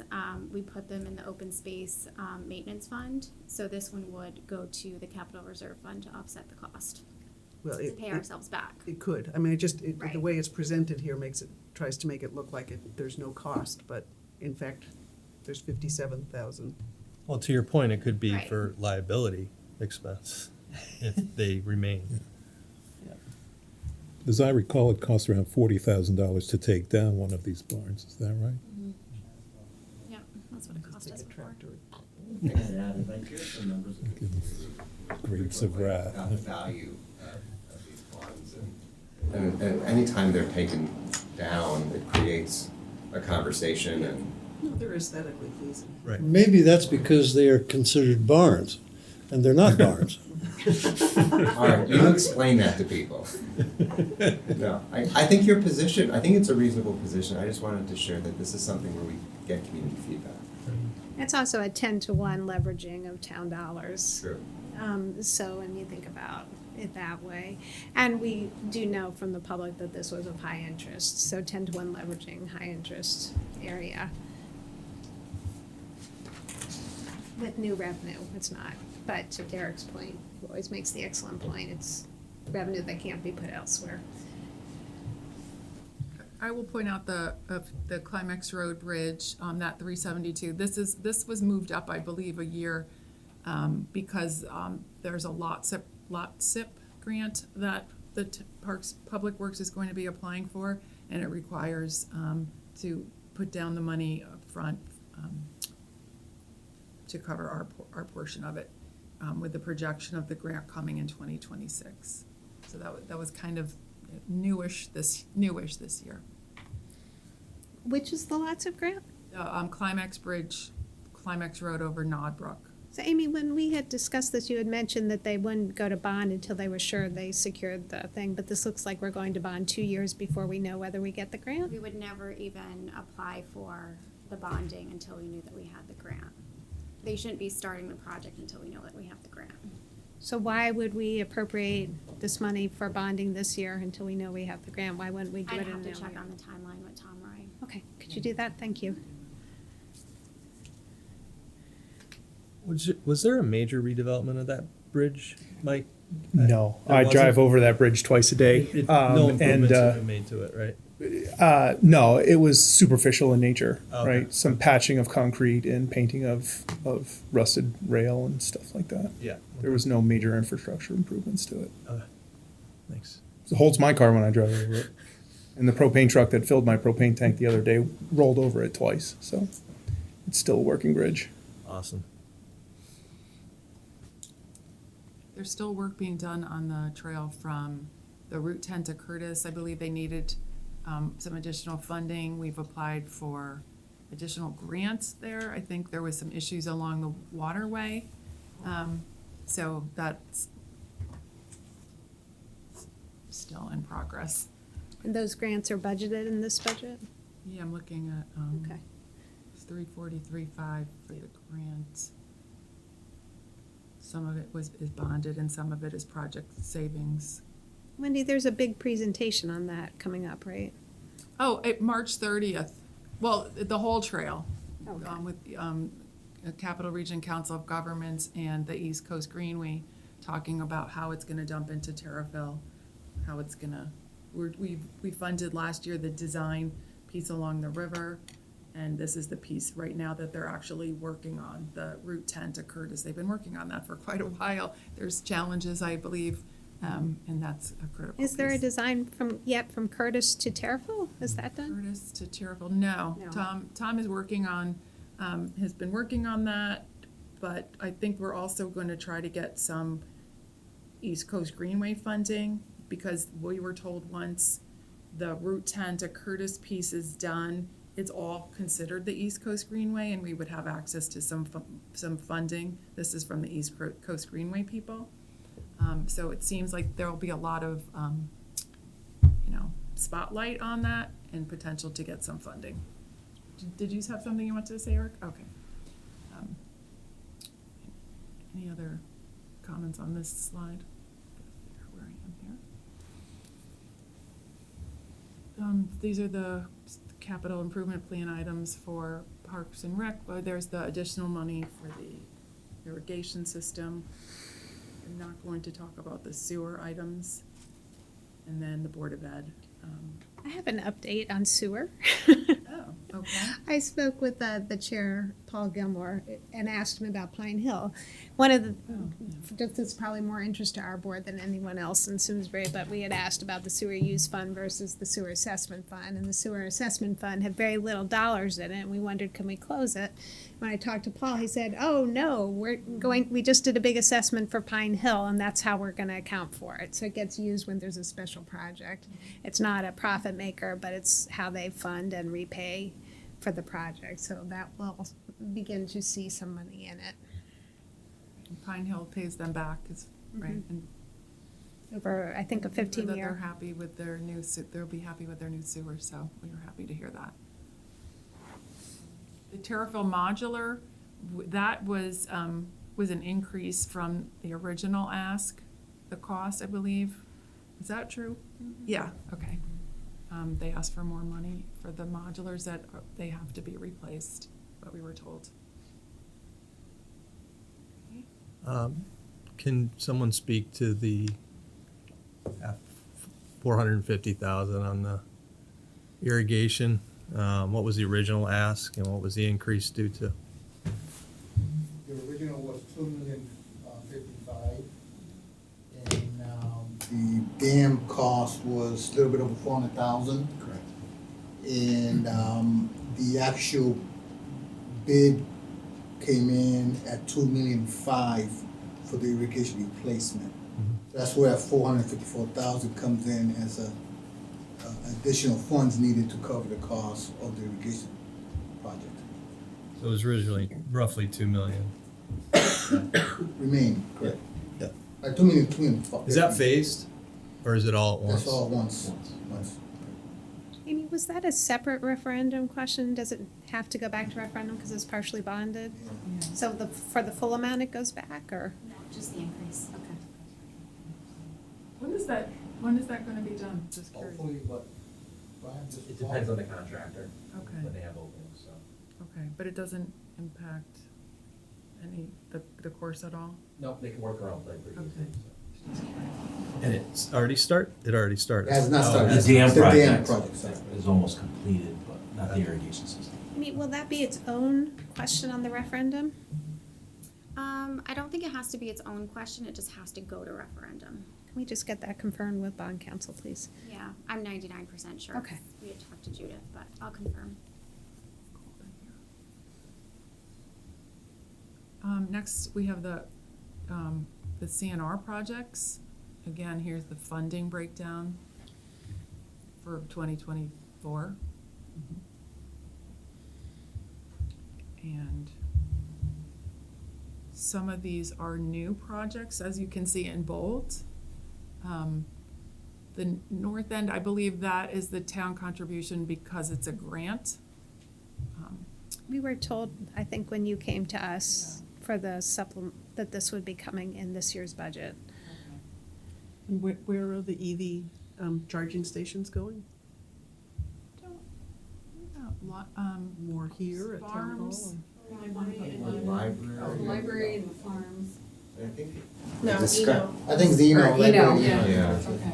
I think the discussion we're gonna have, the Board of Selectmen, is whether to charge for the electricity or whether to make it free. I mean, folks have strong opinions about that. How many charging stations in total for the 112? You know? Library and Eno. I think Two. it's two. Yeah. So Two each or No, no. No. two in total? there's two out front here. Right. Do they not charge? People get it free? Yeah, it's free. It's free. They charge their cars, but they. They charge, They charge the cars, Yeah. but not Not- your car. Yeah, and I think Tom did an I'm shocked. analysis. What did he say that was about? One of his quoted. Yeah. How much per year per? There was a 2 in it, is all I remember. I think it was about 2,500. Yeah. but- Sounds Yeah. about right, Amber. Did they get the same increase that I did on my electric bill? Yeah. So the cost of a station is roughly $60,000, is that right? This is just to offset grants, I believe. Yeah. Yes. Is that the full electric amount? vehicle? The only capital reserve funding in that project is 22,440. For the electric vehicle charging stations? Yes, and there are multiple grant programs out there too. I think we just received an email on one, and the Infrastructure Jobs Act, the IIJA, CROG had done grants for that, but they had to be a municipality within 1 mile of a highway. Yeah, but the unit cost, I mean, if we decided, say we wanted to do 10, it would be at $60,000 each, is that correct? Yeah. so No that's matter what the two. source is. I, for that. my gut is if we were to put 4 chargers in, the infrastructure cost of running the wiring and all of that fun stuff, the site work and excavation and all of that would be a significant component. So to put 2 in versus 4 in, it's not gonna be 60, 60, 60, 60 and end up being a $240,000 project. It's gonna be, you know, I site put work. one in my house for $800, right? So to look at those numbers and go, all right, that's a lot of our townsfolk that just could do this themselves for their car that's gonna be in their garage so that they could come to the library or come down. I've driven by those chargers a billion times. I've never plugged into them once. Why? Because I have a charger in my house and I charge my car But there. if you wanted to go to Simsbury Celebrates or just walk down Iron Right, Horse for a right. couple hours or It's people stop. that are and- traveling too. People are spending time downtown, Yeah. which we Me want, and- right? Right. So there's, I don't know. Yeah, To there's, charge or to not charge, it's a to have good more call. charging infrastructure would be wonderful, right? As an EV owner, but you know, as a town person, you know, I've never needed it because when I drive by it, my car's been charged. You need to spend more time downtown. So I just would ask a fairness question, and it's rhetorical, you don't have to answer, but to your point of bringing people downtown, do we subsidize people with gasoline cars? I mean, I totally get that we I don't want to wanna move, subsidize I know, but, Right. We at least offer gas stations. yeah, but Right. people have to pay for the So gasoline. right, and we are looking at whether people should pay, you know, I don't know that the answer is that the electricity should always be free, but I think that we Yeah. No, I need like to the have idea of there charging being stations. charging stations, Yeah. and believe me, I'm with you there, I Right. just spent time looking at solar Yeah. panels for my house today. I'm We on should board talk- with we should talk, Linda. being green, but. Yeah, um, but we are looking at We should the, all bear the cost of that right. individually when we make those choices. And when my recent trip to Boston did not give me electricity. I had to plug my car in and pay for it Right. to charge my car so I could come back home. I don't think we're opposed to looking at that, we've asked that. Yeah, we talked about like the apps, like in West Hartford Center, right? You park, you can just do it on an app, right? Yeah, I mean, it blows my mind that those 2 chargers out there are free. And it's why there's always a car plugged into them, because who wouldn't want to get their electricity for free? So we're saying here that out of the 112, only 22 roughly is the responsibility of the town. Yep. So understanding that for any of these capital projects would be really helpful. It's, is the design of the budget book, I will say, it's in you have the line items in the spreadsheet, you have to go to the It's on capital the- request, it's on but the I individual. understand that, cause you have to really go to the sheet that breaks it all down. Yep. So that's what I'm doing as we talk. The crosswalk safety improvements were, came out of the internal traffic authority, chief? You wanna talk about those? Yeah, so we've identified at least a couple locations that we would like to do some safety improvements on at crosswalks that we first went through the state with, and the state has said it doesn't meet their criteria, but in all likelihood, you know, if we go through the proper steps, they would approve funding of that on state roads, with the town being the funding aspect and the maintenance aspect of that. So there, you know, one in particular is West Street at Gristmill. So we, as a local traffic authority group, has identified that that is a very long crosswalk there.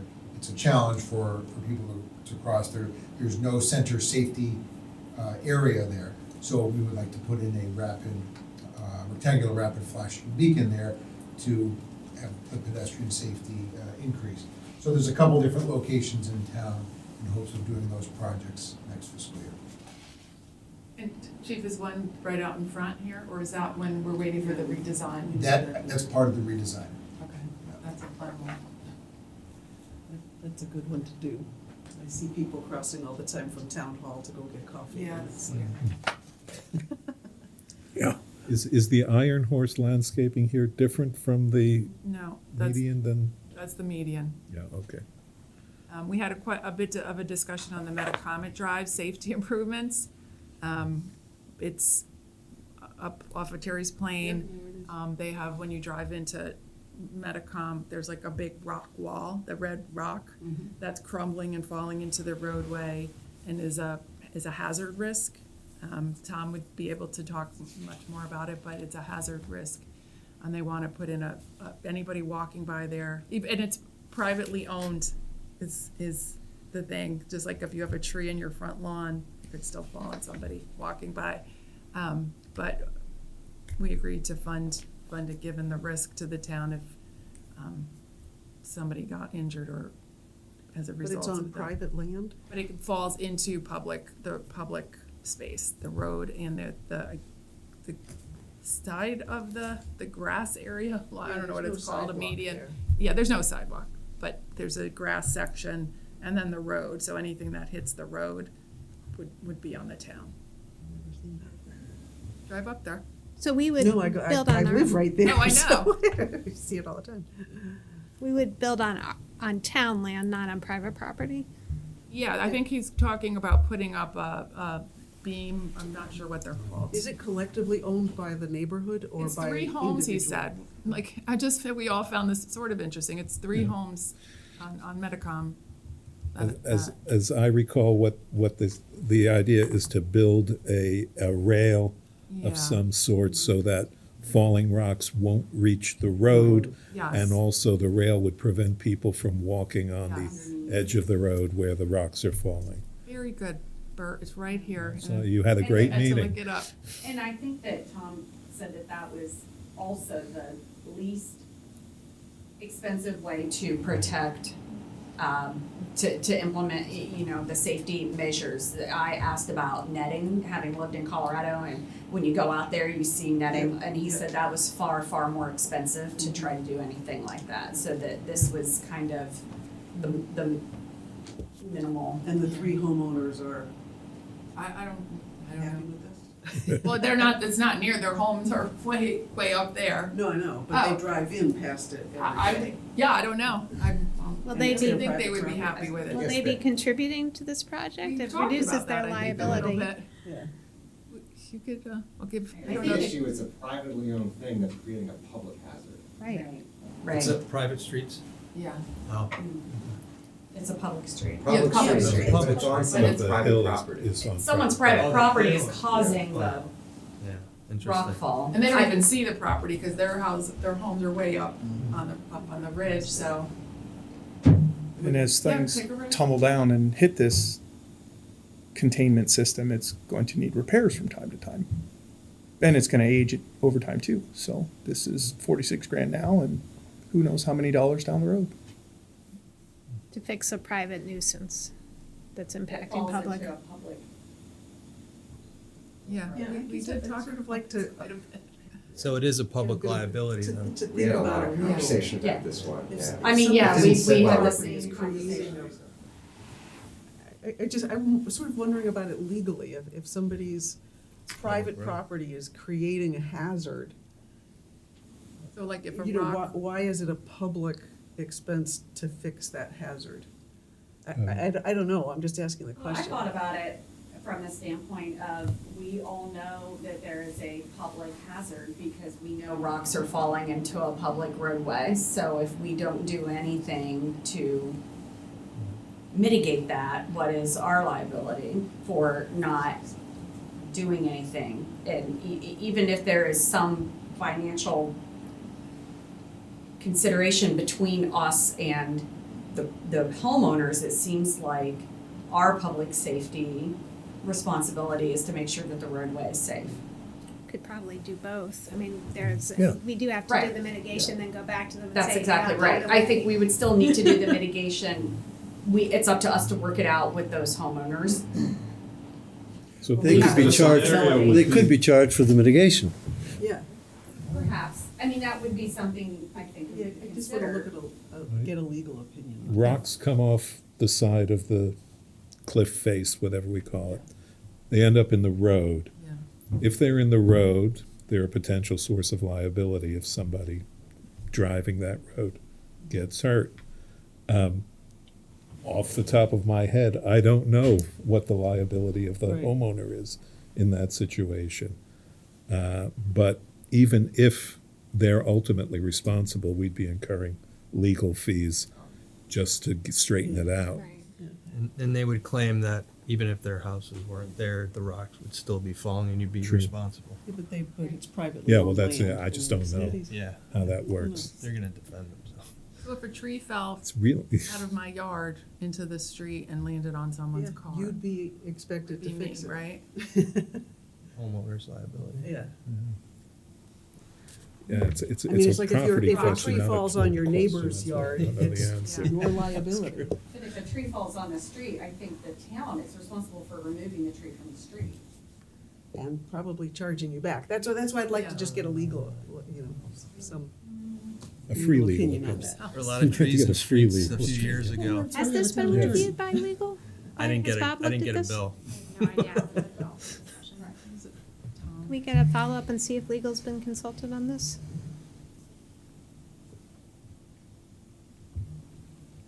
I would look at the 46,000 as a insurance policy, at least for now. Yeah, for sure. Yeah. I don't think any one of us Once you disagrees start it needs to be done, but Pay forever. Okay, so I'm gonna move on. More Parks and Rec items. Polymer pumps was very popular, discussing those. That's all sewer use. I'm sorry, Wendy, I can't hear you. What are you Oh, saying? I guess I'm just talking to myself. I was just saying more, I was like reading what's on the screen here. So thanks Okay. for calling me out, Art. Why? Yeah. The vehicles, more public works vehicles, and I brought up the polymer pumps, all the WPCA, what is it? WPCA. Are all funded through the sewer use fund, and I said we had a fun discussion on the polymer pumps when we talked about that.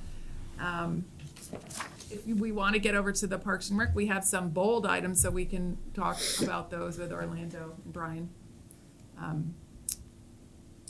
Well, before you get to the bold Okay. ones, which playgrounds are you talking about? We're looking at doing, we just got West Mountain Park was done this past fall. You got, West Mountain Park was Okay. done this past fall.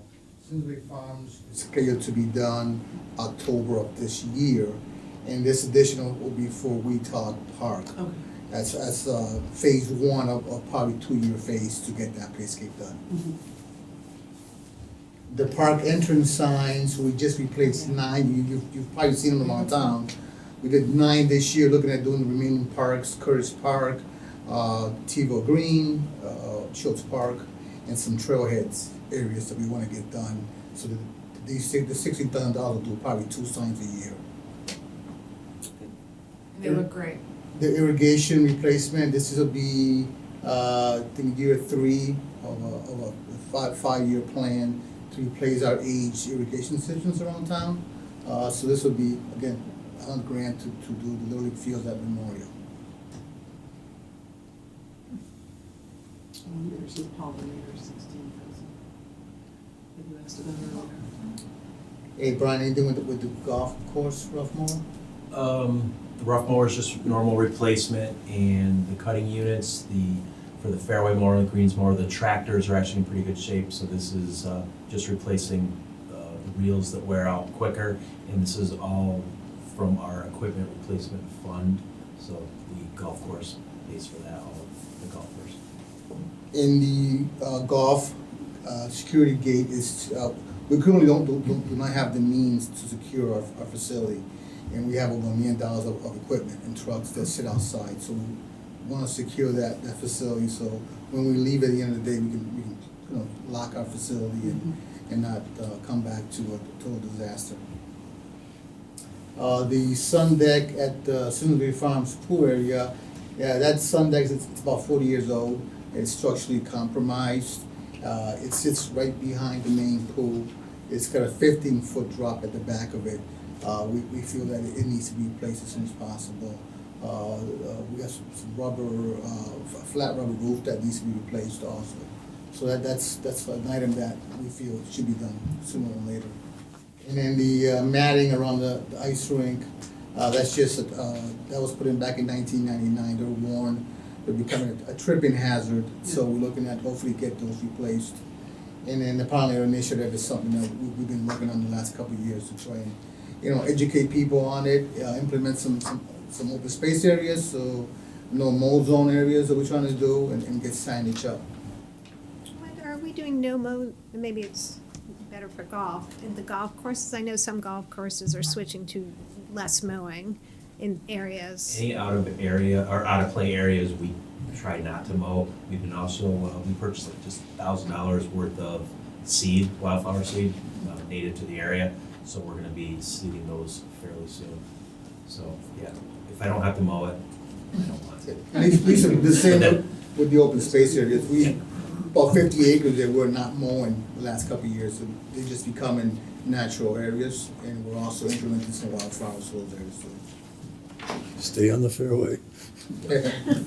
Yeah, we have to be careful with the golf course about letting it go too wild, just because we don't want to slow down play, upset golfers, so we have to keep that. Yeah, and I'm always panicked about ticks. Yes, exactly. I don't go anywhere where there's tall grass in the Yep. summer.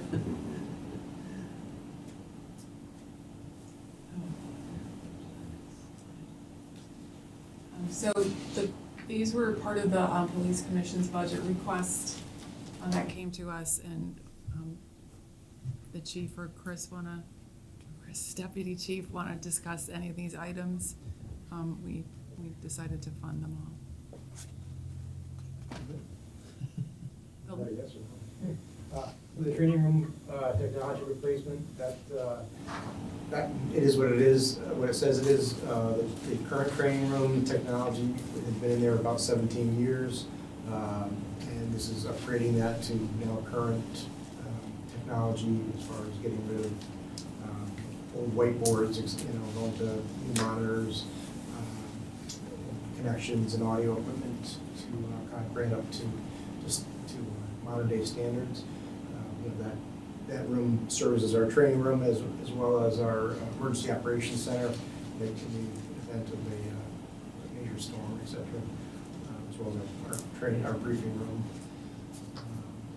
The less lethal launchers, so that would be replacing our current less lethal option of, right now we use a shotgun that it utilizes like a beanbag technology, so it shoots out a beanbag projectile.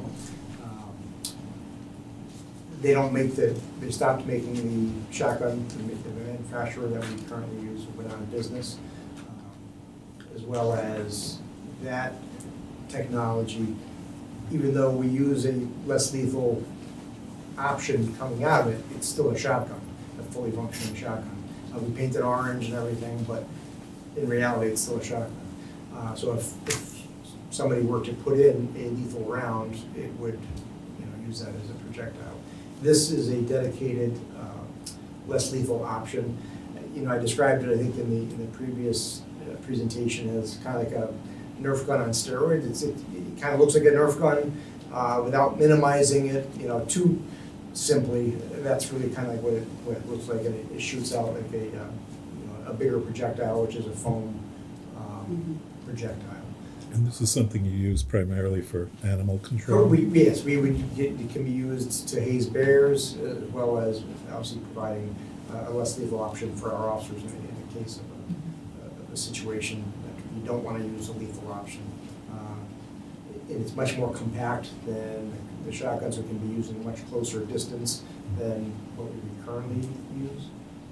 So it gives the officers much more options and to be able to utilize. And then the scheduling software kind of brings us into, again, modern day technology instead of, we've been still using paper and pen, utilizing all of our schedules. We have complex schedules, three shifts a day, multitude of different schedules plus overtime, etc. This would allow us to much more efficiently and cut down on man-made mistakes, which happens from time to time, as well as just being much more efficient. I was curious at the meeting. I think I remember hearing that the body armor wears out after 5 years. Yeah, that's a 5-year How does warranty. that happen? It breaks down. It's made of Kevlar, which is it's a material, right? And so, if you shot at it, 5 years and 3 days, I'm sure it would still do its job, but it degrades over time with sweat. The officers sweat, and different changes in temperature. The material does degrade. If your life depended on it, and you're at 6 years, you go with what the manufacturer recommends, and that's what the recommended life of that. So material I wasn't is. aware. Our officers are wearing body armor every day? So Don't hit either of them. think about it as like a really thin piece of plastic, maybe Right. for a watercraft or water sport. And when you buy it, it looks great. And then as it sits out through one season, it starts to fade. You're Two talking to the wrong person. two seasons, it fades even more. The third season, you're like, is this really going to float anymore? It's a little bit, less sturdy, and that's what happens when you wear this on a daily basis. Bicycle helmets too. Bicycle helmets, right? Right. Like I said, I don't know what the actual date is that it doesn't work, but Yeah, no. we don't want to It's certainly not a find big out. deal. Right? I was It's just not- curious Yeah, about that. but that's what the manufacturer recommended timeline is. That the warranty is for 5 years. Thanks. The scheduling software, is that a service where you're going to be able to improve the communication with the officers? Yes. So it'll So- be a mobile platform ready, all that fun stuff? Exactly. So right now, like if an officer wanted to take a day off, they would have to call into our dispatch center, have them research, find out, okay, who's working, is there enough people to take the day off, et cetera. Tying up the dispatcher to, kind of research all that information. And now they'd be able to go on their phone, see, if there was enough people to do it, they could do it right there and not have to, say, bother dispatch or whatever. It would make it much more efficient. We could, at any point, pull up somebody's schedule. Hey, when is Officer Smith working? See what their schedule and see it right there in real time and have a much greater picture as far as seeing time off, etc. And just it's much more efficient. Is right that- all the way around? Tied into payroll? It can be, depending on the vending. We wouldn't have picked a vendor yet, but most of them do have some type of interoperability with. It reduces duplication of effort, so Correct. that's good to hear. Right now, there's a lot of redundancy in our entering of information. So, we have to use an Excel sheet in order to try to run, how much vacation time a group is using, and this is only entered once, and we can run a lot of reports that way. And especially this time of the year, or I should say more like November, we're constantly looking at all these things and flipping these cards and looking for some good data where this will be able to provide that to us with a few clicks. Yeah, and it'll all be on one pane of glass, and you'll be able to just look and see what your availability is and what your coverage is. Cool. Lisa, how often do you have to replace computers at the library? Is that, These are only for our public terminals, and it's a 4-year replacement cycle. And the reason we replace them so often is because the public uses them for things like taking online exams, applying for jobs, so we need them to have the most current software available. so how often do you, is this a 4-year expense, or you do some every year? We do some every year. And how much do you do every year? It differs every year because we have the tech lab certain years, in that 4-year cycle of rotation, and there are 20 PCs in the tech lab, so. I wonder if it makes sense, Amy, to think about adding that to the operating as a operating transfer? Since it's a recurring expense that happens every year. Rather than not capital, non-recurring. As opposed to Yeah, non-recurring, right. yeah, it's recurring. Like we do, I mean, it's a little smaller than the plow truck, but it's similar to the plow truck replacement. Or the police cruiser vehicles. Chief, on the hybrids, can you explain? I mean, because you don't have charging stations for these. They're strictly hybrid, so they have a gasoline motor. Right. And at certain speeds, certain times, they're able to run just off of the batteries that are in there. Gotcha, okay. Yeah, they've been used now by police departments, at least in Connecticut, for the last couple of years. We borrowed one from Wilton, test drove it. It's, even though we haven't received any in yet, because we ordered 3 last year, I think it's a home run. Right. We should see some reduction in gas usage. Great. Car charges the battery in it. Yeah, the And- brakes or whatever charge. Right, and it really, what we're gonna see, I think, is just the idling time. So when it's idling, the car shuts off, and it just maintains enough to keep the lights going and the electronics going. So, when you figure, when we're sitting at accidents, we're sitting at, road jobs, or whatever, that's a great deal of our mileage per se. It's not incorporated, Hours. Right, it's the idle time. Yeah. So that will help tremendously with that. And we still have the Narcan in the cars that have to remain in a certain temperature range. Cars are basically on all the time. Yep. To make sure that we have that medicine in the right range. When we approved the service dog last year, there was a vehicle attached to it, and there was gonna be one less vehicle this year. Is that reflected in this? So that vehicle should be arriving tomorrow, Nice.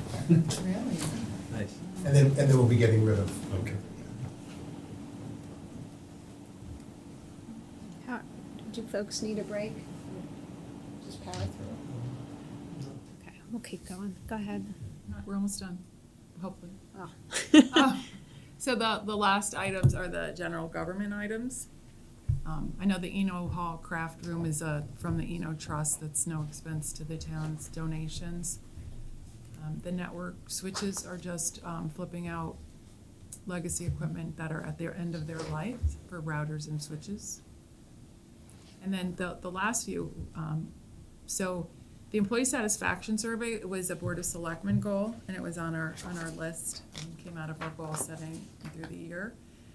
It's morphed a little bit in that it's to reach all the employees for satisfaction, and in conversations with Maria, it can be used to gauge how do we retain our employees?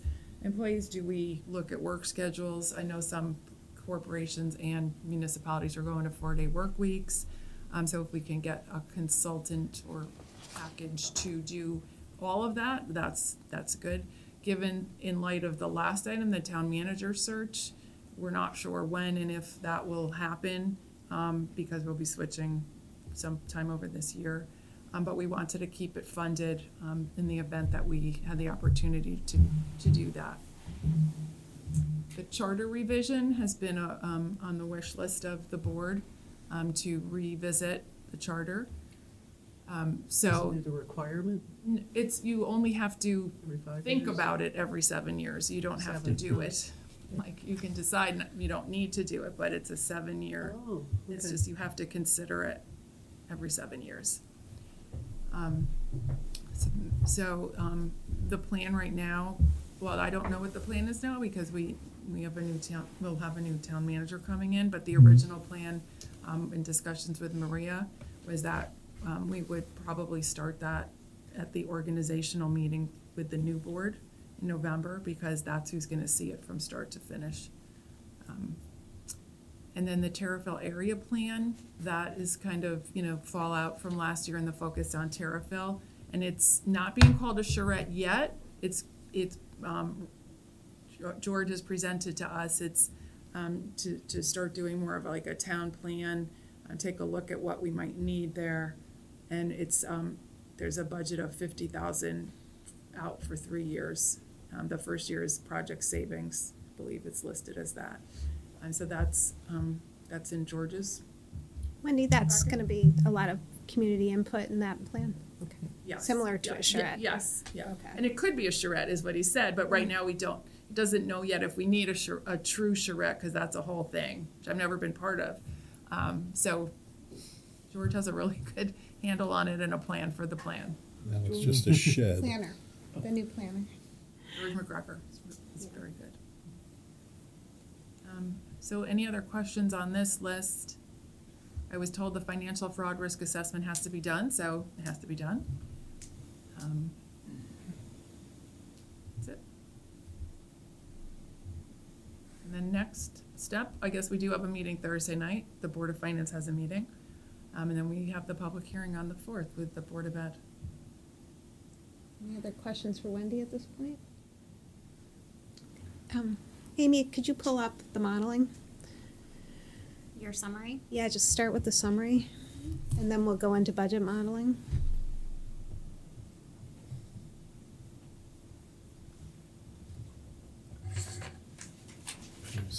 We tried to pull together a one-page sheet that had everything on it.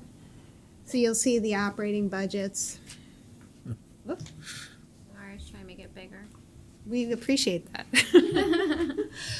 The town operating budget, you'll see, is a 5.23%, education is 6.9, almost 7, non-public schools 5.52, debt service was the 31.48, and for members of the public, we've known about that for a long time. That's mostly driven by our by Latimer. Planning for that, we put in cash for capital last year and cut it out this year, so that the net increase between the two is quite a bit smaller, in the 4s, right, Amy, if you combine them together. And then we looked at the grand list, what's going on with the grand list, right? You see a huge increase in real estate, 31.44, personal property, pretty flat, and then motor vehicles of 5% for a total of 26.95. Those new numbers, I think we just got an update today from Wendy, so it's a 2.4% new revenue increase, a little over 2 million, right? Is that what Wendy just showed? So yeah, essentially the numbers are the same, like the growth didn't increase, it's just when they did their budget, their mill rate changed a little bit, so the growth value changed a little bit. It's about a 2 million increase. If you go back up to the spending, new revenue, you can see that the total new spending is 7.3, new revenue is 2. So there's, just doing very, very simple math, that's a tax increase for most people. We'll go down and sort of see what that looks like. You'll see some of the revenues, we're coming in a little less than last year, so you take your expenditures minus non-tax revenues, so that's mostly grants and state aid. That's down a little bit, and that leaves what needs to be raised by the tax levy. And it's interesting, what needs to be raised by the tax levy is more than our budget expenditures. And I asked Amy to give a narrative as to why that is when we're seeing new growth too. Yeah, so that's a tough one to explain. So it's a year over year.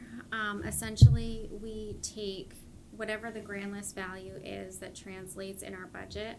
And even though it's 2 million in new revenue, you don't automatically take 2 million off of the bottom line.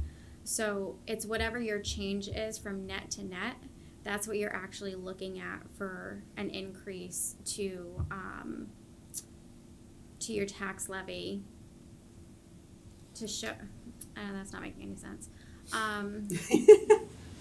More visual. Essentially, the bottom line is that after you take your gross expenditures and then you take out any revenues that you were planning on getting. Your amount to be taxed is what we're left with, and that's what we base the mill rate calculation on. It's kind of simplistic. It doesn't really explain what Lisa's getting at unless I went back a year to show you how it translates year over year.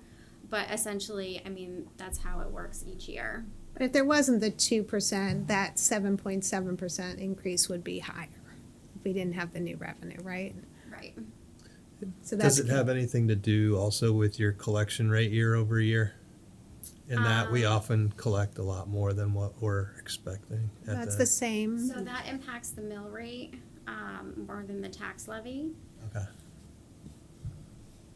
All right, so then we get to going from there, we look at the mill rate change, and you'll see last year was 38.63, now it's 32.04, so we're seeing a decrease in the mill rate by about 17%, and yet an increase in taxes, and that's because of the reval. And the way we calculate it, and we'll see, go to the mill rate modeling, but for the public it might be helpful. You take last year's value was $350,000 home. The median increase in value was 27.7%. So you look at the next year, 446,950. That's the new increase in value. Then the assessment is 70% of the value. So you look at that comparative. Same house. Last year you were assessed at 245. This year 312.85. So what does that mean for your taxes? It means about a 5.92% tax increase. And for this sample house, it's about 560. If you take a $300,000 house, it'll be less. If you take a $400,000, it'll be more. And even within those samples, I have a friend who has a $350,000 house, and her taxes went up 17% because her home value went up that amount. So within it, you're going to start to see variations. Why don't you take us now to your mill rate modeling, where, Amy, we break it down by houses. We got a little more granular. If you'll recall, during our reval thing, we asked to break down the median. We can start with that. That's fine. Go ahead and start with that. Still on it. Before we get to that, I pulled together some comparison towns. I only did 4 because that's all I had time to do, but I chose Simsbury, Glastonbury, Farmington, and Avon. Farmington and Glastonbury are going through reval, the same as us right now, so it's a like comparison. But you'll see sort of the increases in expenditure budgets. Simsbury education almost 7%, Glastonbury 324, Farmington 299, and Avon of 520. And you say, what's going on there? Well, there are union negotiations going on. Depending on when the union contracts hit, you'll start to see a higher increase. We were one of the first to come through. I don't know if that's the reason, but that could be. On the town side, you'll see that Simsbury's at 396, Glastonbury 28, Farmington 199, and Avon 358. So we're a little on the high end on both. On debt service, we knew we were going to be on the high end there, and our voters voted for it, by 80%. So the public knew this was coming. So we have that. Capital, we saw a huge decrease, 100%. That's cash for capital. That service you'd expect would be the same for Farmington. They're building a brand new high school, unless they've completely bonded for everything already. Yeah, well, I think they saw their spike earlier. Already? Yeah, Okay. so they've already done that. Yep. Then you'll see what's really interesting in Farmington. You'll see a 74% reduction in their cash for capital. They do more cash for capital than we do. And they reduced it 74%. They cut it about $3 million. Why? So we get into sort of what's happening there. Well,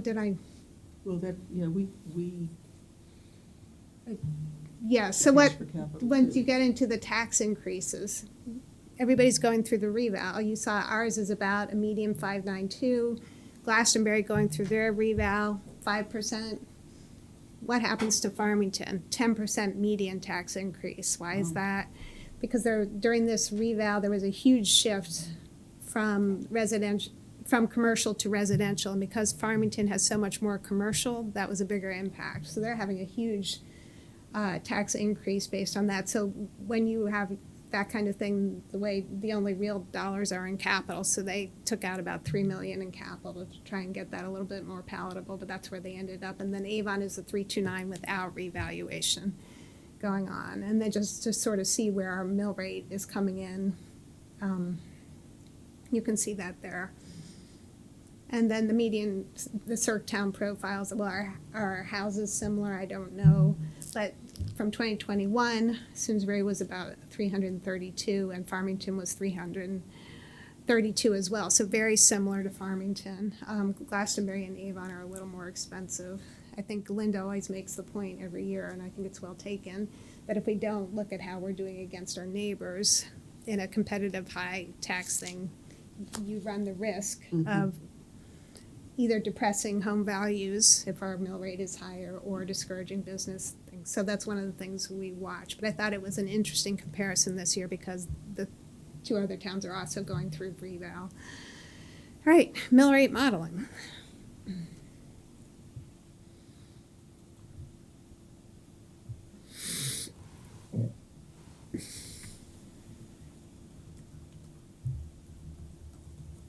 And our board goes through this every time. We do this in part just for the public, so that anyone who's watching it can sort of see. And what Amy, you'll see up there is the same thing that Wendy did and that we did in the summary, the town operating,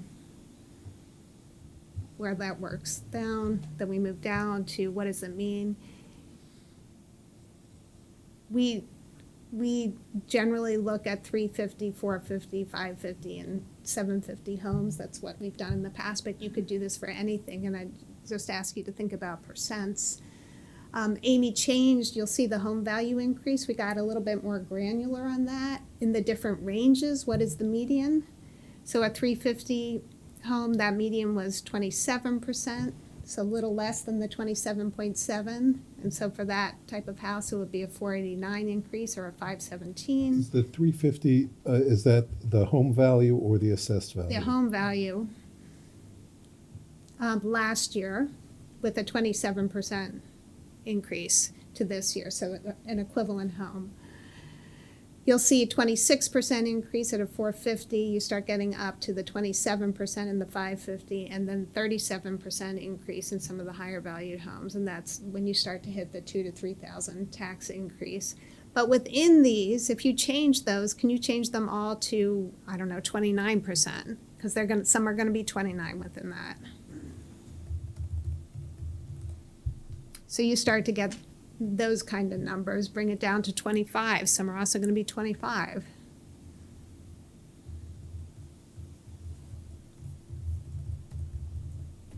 So we know that it's 27.7 is the median, so can you do that for each of them? Good thing you're a fast typist, Amy. I happen to know that about Amy. So you did 27. Can you do 28, because it's closer to 28? We're supposed to memorize the numbers that we're saying as we do this. So these numbers start to get a little big, and you say, okay, well now what's happening next year? Amy put together some modeling, and you'll see that the numbers next year also start to look a little large because of some grand list projections and some inflationary projections that we're using. I'd asked Amy, and Amy had done on her own in advance, my even asking, had looked at other scenarios of what could be. It's like the ghost of Christmas past, Christmas present. So what if the inflationary numbers come down? What if we move out some capital, reduce our debt service? Can we make that better? And Amy did some great modeling, and I'll turn it over to you to show what could be if we take some steps this year. Sure.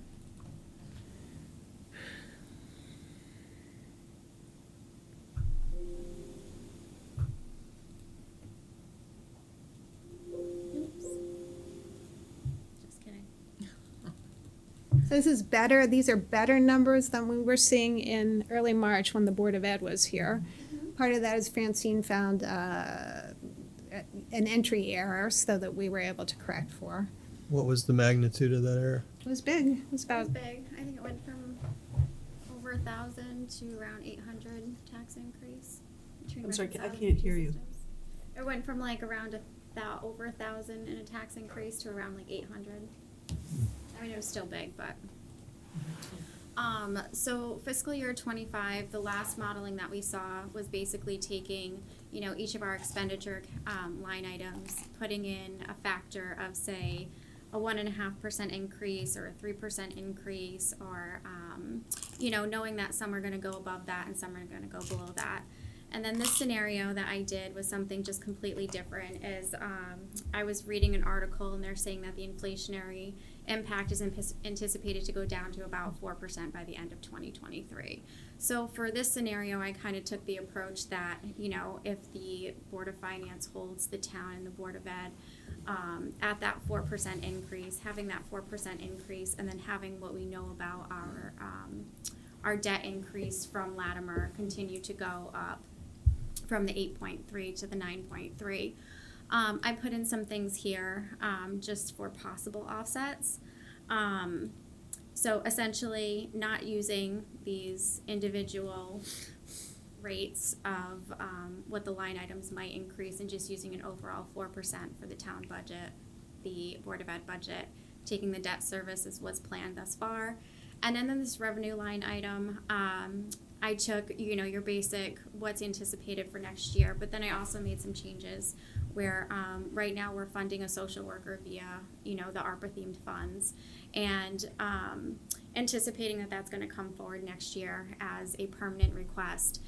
What are some ways that we could try to look to offset it? We have a lot of money in our social worker fund right now, our social services fund, I'm sorry, and there's a lot of restricted money in there for the donations that we take in, but finding out from Kristen how much of that is unrestricted, and can we feather in that social worker over the next couple of years and utilize some of that funding.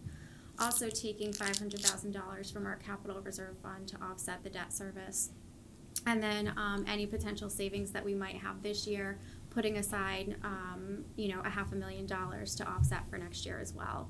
So just with like a different type of scenario, and then down here too, Francine had projected grand list growth to continue to decline, but knowing that we have our new property appraiser and knowing that he is still finding things that are adding to our grand list, I took some liberties here and doing a small increase to our grand list growth as well.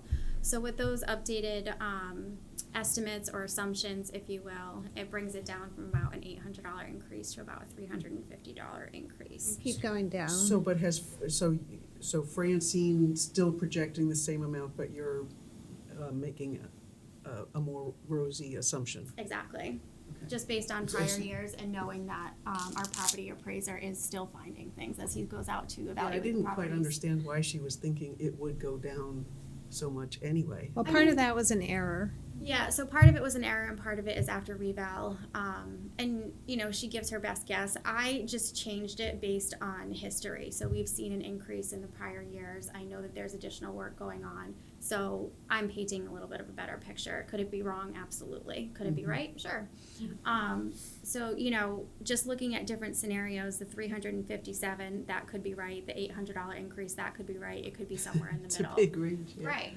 So, because we don't know what's going to happen, right? So, are we going to be at 4% next year? Are we going to have another hit? Are we going to have a recession? I mean, we don't really know. So it's just looking at different scenarios from different angles to see what could be coming. The modeling is never meant to be an absolute. It's just meant to be, this is what could happen. And we do know that we're going to have about 3 years of debt service spike. And you can see that in the following year. Amy, if you go down to the mill rate modeling, you'll see that the year after 2025, 2026, we're still at very high tax increases. And so we can take some steps now to get that down. I think the Board of Selectmen did a great job bonding the Flower Bridge, because that's about $250 a year, and debt service savings $270 for some years, so that will help.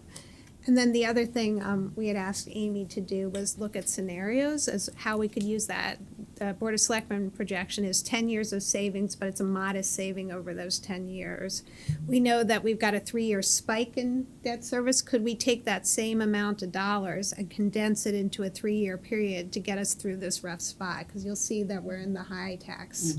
And then it comes back down. Well, we'll have to get it below 600 in the out years, but that's easier to get it below 600 than to go from 1,000 to below 600. So Amy, can you talk about what a scenario like that might look like? I don't know if I did the individual scenarios going out, but I can take you through.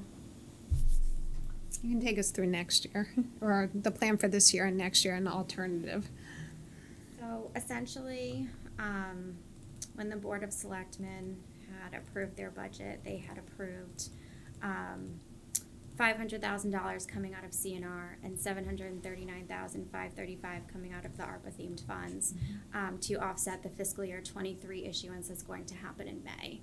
So in my scenario, I took that out because the impact was only about $150,000 a year in savings, when really in reality we don't need that savings for 10 years. The $250,000, that's a no-brainer. That's a great savings over the course of 10 years. But the $150,000 over the course of 10 years is not it's not as impactful as what we need it now to get through the Latimer. So essentially what I did is I reallocated their funds, and I took $650,000 in fiscal year 24 to offset our debt service. I took the $500,000 to offset our debt service in fiscal year 25, and then another $100,000 in fiscal year 26. And there's a couple of things here. Not only does it have a greater impact to reduce the tax impact to the taxpayer, but it also gives us the opportunity, since we are taking $500,000 from the Capital Reserve Fund, to be able to have those surpluses at the end of every year to continue to build back the Capital Reserve Fund. So it gives us some opportunity to be able, can we increase that $500,000 and use a little more in fiscal year 25, or use a little more in fiscal year 26? Or, are there other options available where we don't have to use our Capital Reserve Fund? So it just gives us a little bit more flexibility with that. So that's kind of the plan I came up with, instead of utilizing the $1.2 million for the fiscal year 23 issuance and kind of spreading it out over the next 3 years. The other thing that I'd ask the Board of Selectmen to look at, another way to make it better, is delaying some of the projects you have on there. Is it going to be realistic to do the splash pad, to do the Simsbury Performing Arts Center that's $2 million, or it's unclear whether it's bonded, and one page it says it's bonded, another it says it's not. Can we move out the Eno renovation? I had asked Amy, just to get us through that high bonding period. Is there some stopgap we can do to get us through when it's a better time to bond? The Board of Finance doesn't really say, don't do a project. They just say, look at the timing and say, can we do it now? Can we push this out? Will that help everyone else? Because if we can get debt service down, it helps every other budget. If we can't get debt service down, something's got to give. Debt service is a legal obligation, so once you do it, it's very hard to get out of it once you're there. So just ask you to look at, one of the things why I asked about the LOTSIP program bonding this year, when the project starts 2 years later, if we can delay the bonding, that also helps with debt service. It doesn't mean you don't do the project. We're talking more about timing the debt, and how can we time the debt in a way that works. So that's, in terms of how do you move this budget by big numbers, that's really all we have, the tools. You can see a lot of this is increased fixed costs, a little higher than other towns in our operating budget, and that's something I think we need to think about. With the Board of Ed, they just had the union negotiations, and I'm not sure the others have yet caught up. They may see that in the following years. But those are, and we're also seeing a special education increased need there it's essentially a fixed cost. Amy, before we get on, can you give us sort of an update on when the Board of Ed presented their budget? They were projecting about $750 deficit, but we have a good update there. We do. You told me that you thought that they might come in on budget. Oh, yeah. So, that's kind of. I thought we already told you guys that. No, they haven't heard it. I heard it. Yes. So our deficit was about $750,000, but with the hiring freeze, we've done a spending freeze. There were a couple other, the non-lapsing fund, there is the possibility that we will be able to cover that in its entirety, which would be fabulous. Mm-hmm. The only caveat and the thing that we are being careful of before we say that we can cover it is last year the special education spiked in the spring, and we just want to make sure that we don't have that same trend this year before we commit to being able to fund the deficit. But why that matters is because if we have to use that to offset the Board of Education budget, it leaves us less dollars to deal with the debt as we'd like to plan our debt, which means other operating budgets will be impacted. But that's why that's so critical. They did receive an additional payment of Project Choice money, so that will help also with some of the offset, but wanted to give folks an update on that. Amy, I think you were going to give just a couple other updates. I have some questions. Oh, well, what, do you want to let Amy finish? Sure. Okay. Did you have other updates just for us and sort of where we are? We were looking for year-end projections on revenue and expenditure savings. Yep, so the year end, I took a quick look. So right now, anticipating about $800,000 to $900,000 in savings. I'm really waiting for that end of March revenue to kind of firm up those projections. When I gave the projections back for the December, our revenues were kind of running in line with the prior year, where I thought we were going to end up stronger than I think that we might on the revenue side. So waiting I'm for sorry, the Amy, you're talking about the current year. Current year and that we might projections. end with an $800,000 to $900,000 surplus. Yes. Yep. Net surplus or expenditure surplus? Net surplus. Okay. So it would be about, I think it's almost close to $500,000 on the revenue side and about $500,000, give or take, on the expenditure side. So can we apply that towards Yeah. some of the problems next So year? you Yes. absolutely can, but wait until the end of March and let me have one more stab at it so I'm comfortable with my estimates. Yeah. So Amy, if we could get for April, just the monthly summary, and we'll look at the hard nut, the numbers, because that will, to your point, let us know how many tools. And the other tools, Amy pulled together fund balance, because that is always, Yep. what other buckets do we have? That's encouraging. Yeah, but I will say if it's only 500,000 in new revenue, when you think about the tax collection assumption rate, that's much lower than it was last year. So that's why we budgeted cautiously, and that also covers were the Board of Ed not be able to make budget, that's where that money would come in, and that's why we do that. So like Lisa said, I did an update on where our fund balances stand. Okay. So we have our general fund, the estimated fund balance as of the end of fiscal year 24, based on the fiscal year 24 projected budget as of right now, would be about 20 million or 16.82%. The Simsbury Farms Fund, based on the budget that's included in your book, we'd buy about a surplus of about $447,000. Amy, before you go on, what % of their operating is that?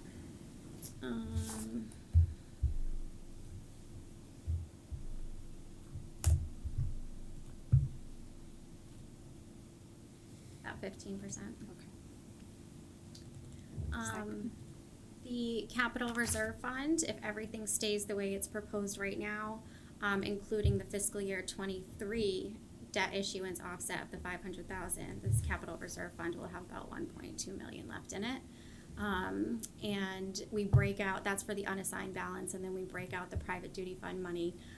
So that would be a balance of about $140,000. Amy, the health reserve, is that in there too? No, you didn't ask me for the health reserve. Wait, what did I ask? But I can add it. You asked for Town Aid Road, Capital Reserve Fund, No, General. no. I mean, we were gonna, I think the town manager recommended that we do a Oh, yeah, reserve. the Board of Selectmen took that away from you. So I would just say if we're at 16.5%, we may have to keep it there because of the health reserve issue out there. And then the Town Aid Road, based on what our current anticipated grants are for fiscal year 24, and then the CNR and capital plans, we'd be down to about $140,000 in the Town Aid Road Fund as a fund balance. Okay. Linda, you want to go ahead? Sure, and I apologize, when you said, are there any other questions, I thought you Oh. meant on the last page of yours. I didn't get in there quick enough. Just a couple questions, and let me preface it by saying, I sent Amy a slew of questions to avoid having too many tonight, and she did a very nice job of responding, and I appreciate that. And I'm sure you all do too, because that way I'm not so long-winded. So in tab 2 on page 6, there's a reference to insurance revenue from insurance, and I know you're going to talk a little bit more about that. this year, we're, What page are you on, Linda? page 6. Oh, thank you. The Board of Selectmen requested, put in 27,500. But in each of the last 2 years, we've been at 58,000 and 66,000. So I'm just thinking, why are we, We've just always been conservative. Yeah, There's no but reason that you can't, we could give you an extra you can $30,000 or increase it based on $40,000 there. experience. We just don't know what that claim, like, we get the benefit of if Sure. we have a good experience. So we've always been conservative with that number. You could increase it based on history, and then Yeah. obviously. My recollection is that it's been pretty consistent every year. Yeah. So I'm not sure we need to be quite that conservative, and it helps with the Board of Okay, Selectmen yeah. budget. Another issue I know you did try to respond to is that it seems to me as I'm looking across, and I know I'm getting into the real fine weeds here, but line items from the police, the town hall, the highway department, Simsbury Farms, looking at things like electricity, propane, diesel, gasoline, heating oil. The assumptions about what percentage increase vary wildly. So, you have diesel, it's 56% increase at town hall and 9.6 at miscellaneous. I would, and I know Department of Ed has different numbers too. Yeah, so Same that's with something that we have to go back to the propane department and- heads on to see how they came up with their estimates. Yeah. And there just wasn't enough time to do that Right, for sure, today, for but- sure. But yeah. I, again, would ask you to look at that, and if there's, an assumption that is based on something other than each department head's guess, that we could use consistently, that might provide the Board of Selectmen, again, with a little bit more, help. Yeah, we then- can have them then take a look at let's see if we can't do that. I know Francine's not here, but I did ask about personal property assessment. We learned, I was in Colorado, but I listened to to the meeting when there was a presentation about, what the reval people did and all of that. And she mentioned that we hadn't done personal property last year, and from what I'm reading here, we haven't done it in some years. And it appears like 5 years ago, they talked about there being a 4.5 to 1 return on investment. So I'd really like to have a better sense from Francine about what it's going to take in order to do that, and whether that's a reasonable Yeah. estimate of return. Because again, that will provide you with some revenue that you maybe haven't booked now. Right, so there's definitely a return. I'd have to ask her about the return on investment as far as, I'm not sure how David judged that. I don't know if it's like a standard, either. or if he was looking at specific places where he knew that he could capture Right. some growth. Yeah. But yeah, Francine had mentioned that that's something that she wanted to start, like, the money's already in her budget. She just hasn't been able to focus between the shortage in her office, with the turnover in the position, the hiring of the property appraiser, the reval and everything. So, and I think she said at that meeting that that's something that she intends to get back to, before the end of this year, actually. Right, yeah. And so my perennial question always is, you've heard me for the last year on this, would really like to see us move forward with doing a best practices analysis It is and moved to giving the her. top of her list now that reval is done. Just for you, Linda. Thank you. Well, I did take the time to actually draft did. an RFP for her. Because I know she's busy. Yes. But I really want to see that get done. Because I think it will help, provide funding for these budgets in the coming years. Linda, could you recirculate that? It's been some time since we've seen it. Just email all of us again. Yeah, Thank you. and I'll send it to Of you by course. email too, again. And last is actually more of a question for you is, we're looking at a significant change in the pattern of tax increases from past years based on, the numbers that you've presented and continuing at this point to be the case unless something drastic changes between now and the public hearing. And I'm wondering about how we're communicating, because the public doesn't amazingly watch these meetings for the most part. And having just watched 3 of them in a row, I can Don't go there. understand Do why not go there. they're really boring to watch and really hard to follow, not only because it's hard to hear, but I mean, these numbers are just, mind numbing. So, we have the benefits of looking through books. I get it why the public doesn't want to do that, but I think we need to communicate because otherwise we're all going to hear. And so I'm wondering if what can we do to put out a letter on the listserv or in the press or something. I think people need to understand before the public hearing and before they get their tax bill what's happening. So I could do a draft and circulate it to this board. And I'm sure Wendy and staff are doing something. We could put it, one option we have is to put our message to the public on the website, or I'm sure Wendy and her team are doing. I just looked, I'll talk to Tom Fitzgerald tomorrow about, tomorrow? Is today, what day is today? Today's Tuesday. Okay, I was thinking, that was Friday. To put our budget out with the budget, because right now it just has a town manager's budget. Yeah. But normally ours is out there too, and then we can point to it and maybe send something out with a link to and it. I think we need, a simple letter, because to put, I know we do put the budget, in the news, that's, again, like, it's gobbledygook to 99.9% of the population. So if you can draft something, Lisa. And we'll circulate and among us send and it out, then share it with Wendy and Amy, and Yeah. we that'd can be do great. multiple communications. Good I think point. makes sense. Understandable to the layman is what you're saying. Yes, Yeah. yeah. Yeah. Amy, Can I ask a question related to that? Yeah. Because the public hearing is the 4th, right? So there's a notice about the public hearing that would go out through the go channel, on Friday.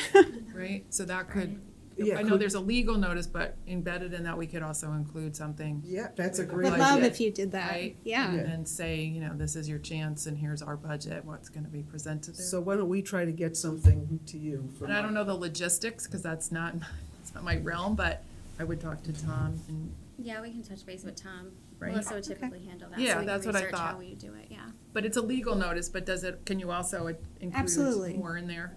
Absolutely. You Yeah. can include whatever you want. Yeah, it's just okay. expensive. You can do more communicate. Once Well, we set the referendum date, the communication is much more limited and needs to go through legal review. But while we're still considering the budgets, you have an opportunity to communicate sort of where we are and what's happening, and how people can get involved and participate in the process. Is there an email if people want to write our board, or is it? It's actually, it's on the website, and if they go to the Board of Finance page, there's a link that they just click and it automatically goes. Oh, perfect.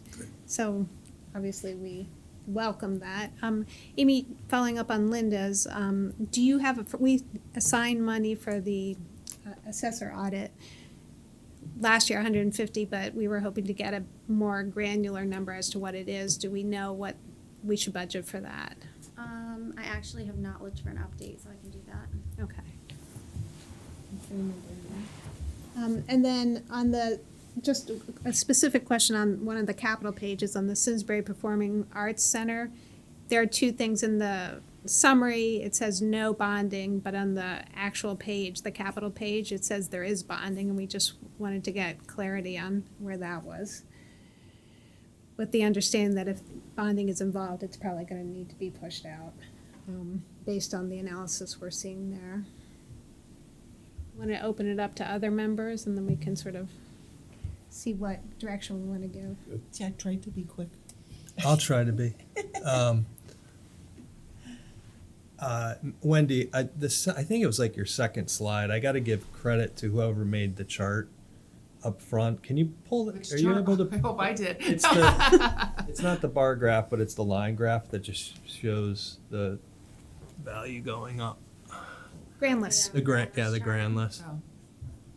I think there was a chart. So whoever came I up think that with. was Tom. That was Tom So Fitzgerald. that I love that chart right there. And then what's the green bar? Is that just the 0 axis there? That's the average with no revals. Yeah. So if you, and I'll get to my point, but if you were to stop that, so everybody who just got revaled, that's the basis for your property taxes are based on that number for the next 5 years until there's a reval, right? So that shot up. Now, if you go to and what I'd love to see is an overlay on the horizontal axis of the mill rate, right? And then you could see the mill rate. Now, if you're to stop where that dot is at the top of the map and go forward 5 years, can you pull up your mill rate sheet, please?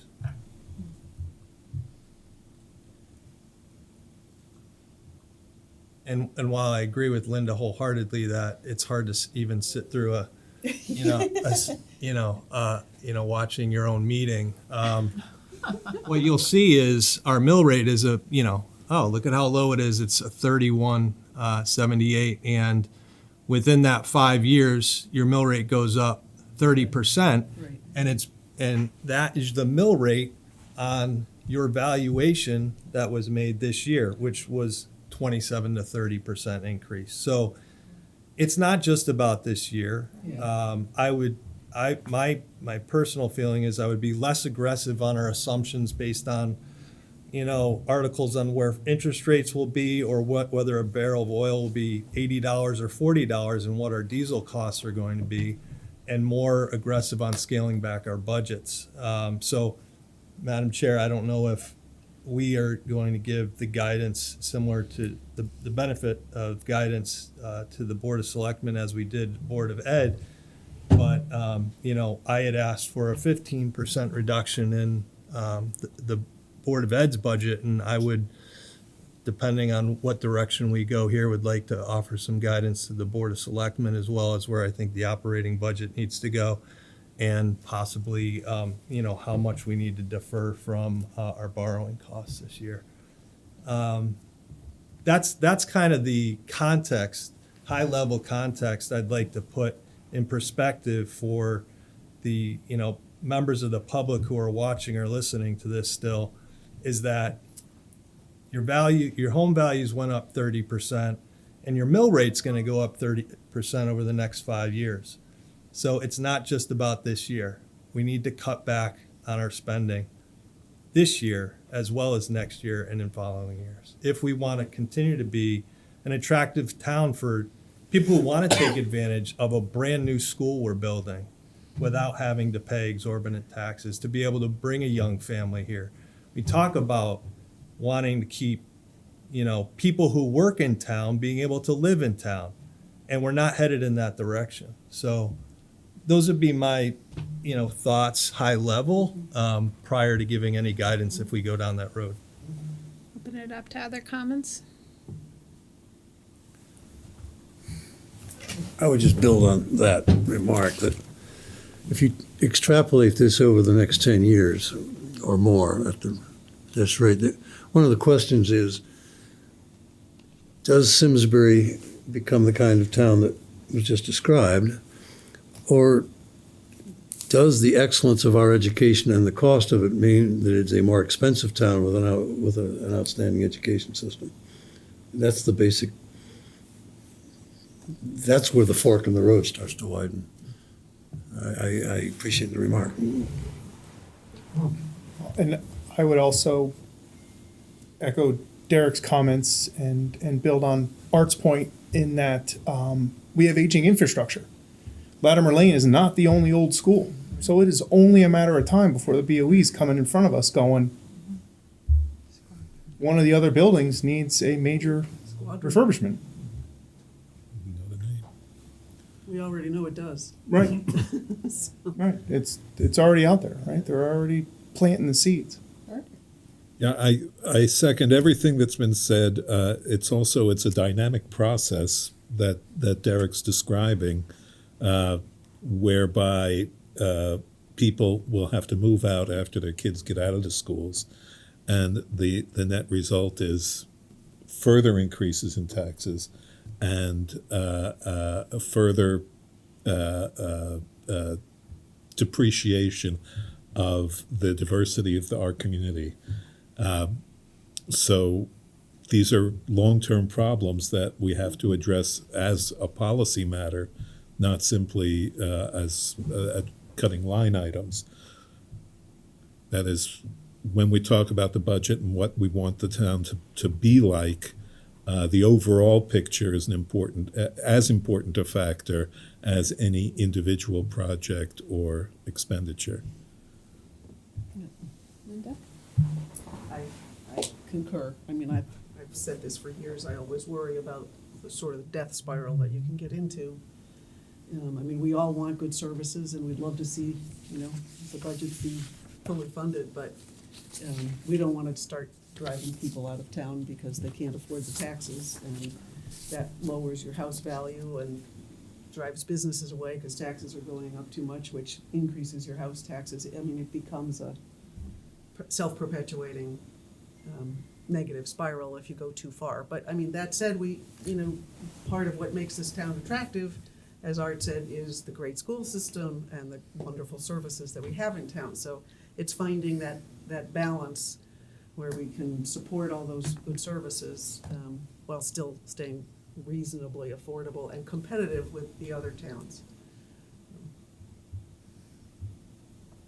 I think, first of all, I want to thank the Board of Selectmen and town staff and Amy and Wendy and your board for doing, I thought this was an excellent process. I really liked the workshop, and I had an opportunity to attend that and learned a lot, and it's online, and I know our members have watched a lot of it, so thank you for your efforts.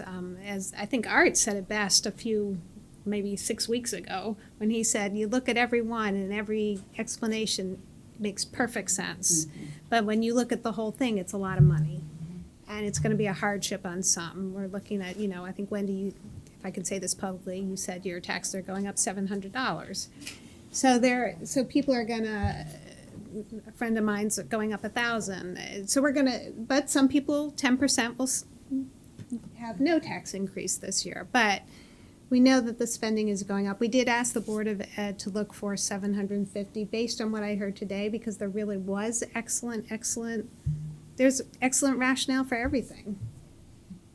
I'm knowing that and knowing how reasonable the requests are, I would ask you to go back and find $150,000 in cuts that you can make in addition to what's been made, and ask Amy to give us some hard recommendations in April, what we can do to reduce debt service.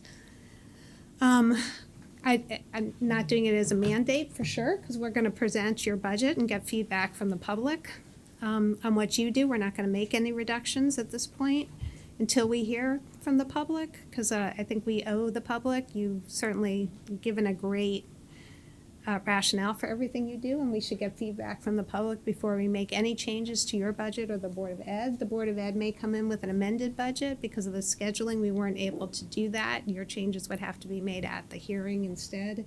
They can do that. We understand there are hard choices, but as we ask the Board of Ed to take a hard look, my recommendation is that we'd ask you to take a hard look and to rank some of the,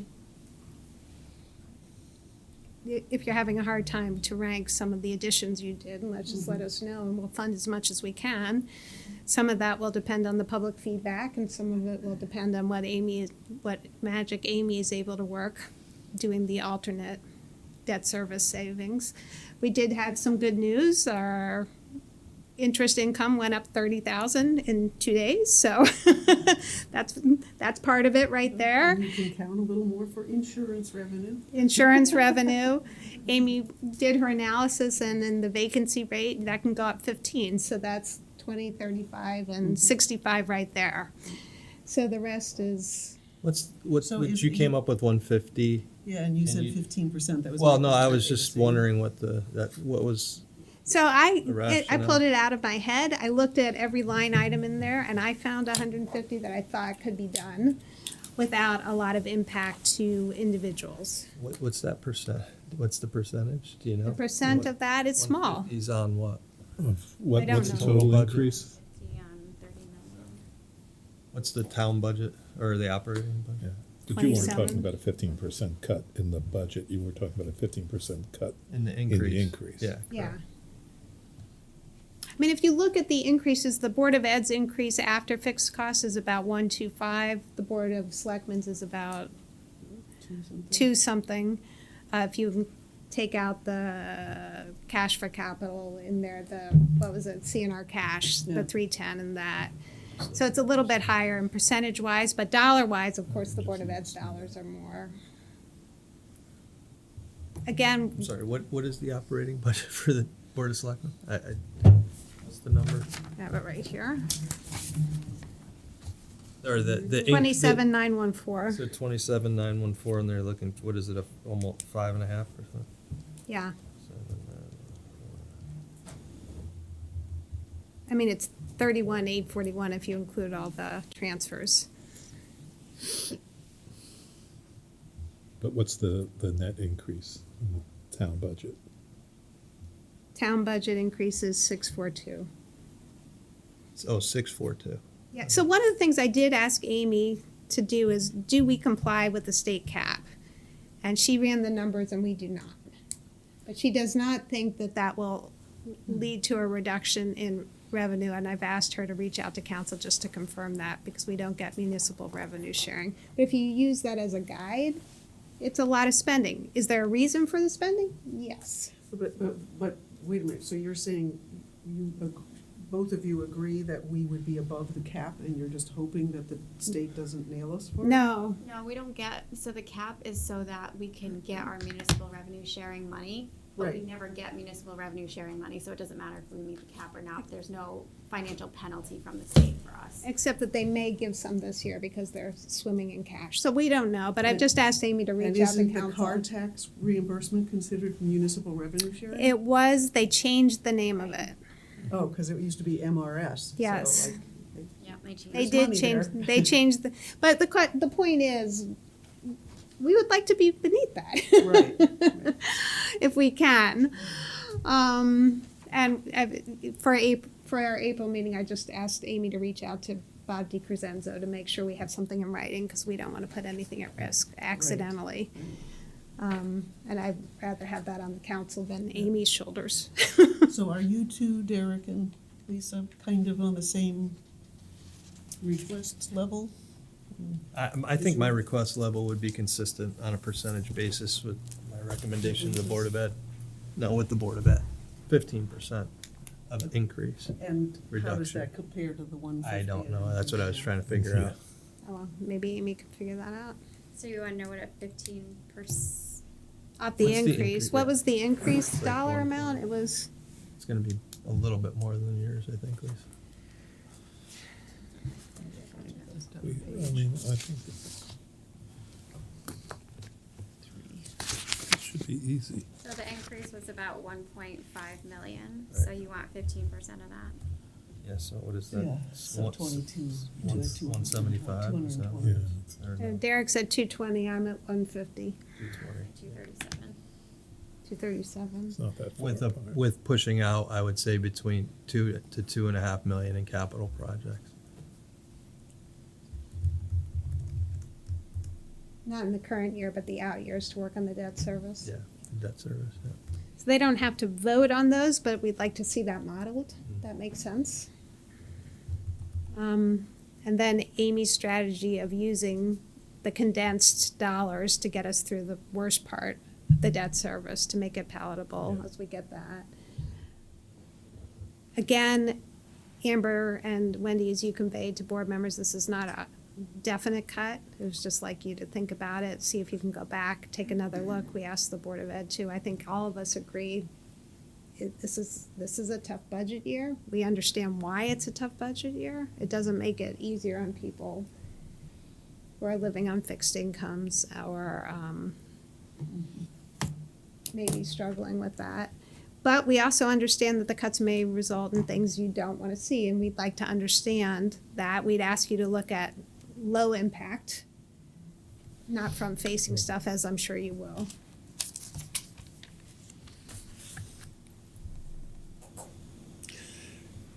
So do we have a number between Well, 150 and look, 225? you said request. I mean, yes, it is a request, but if the request is not made, we may have to start making some cuts.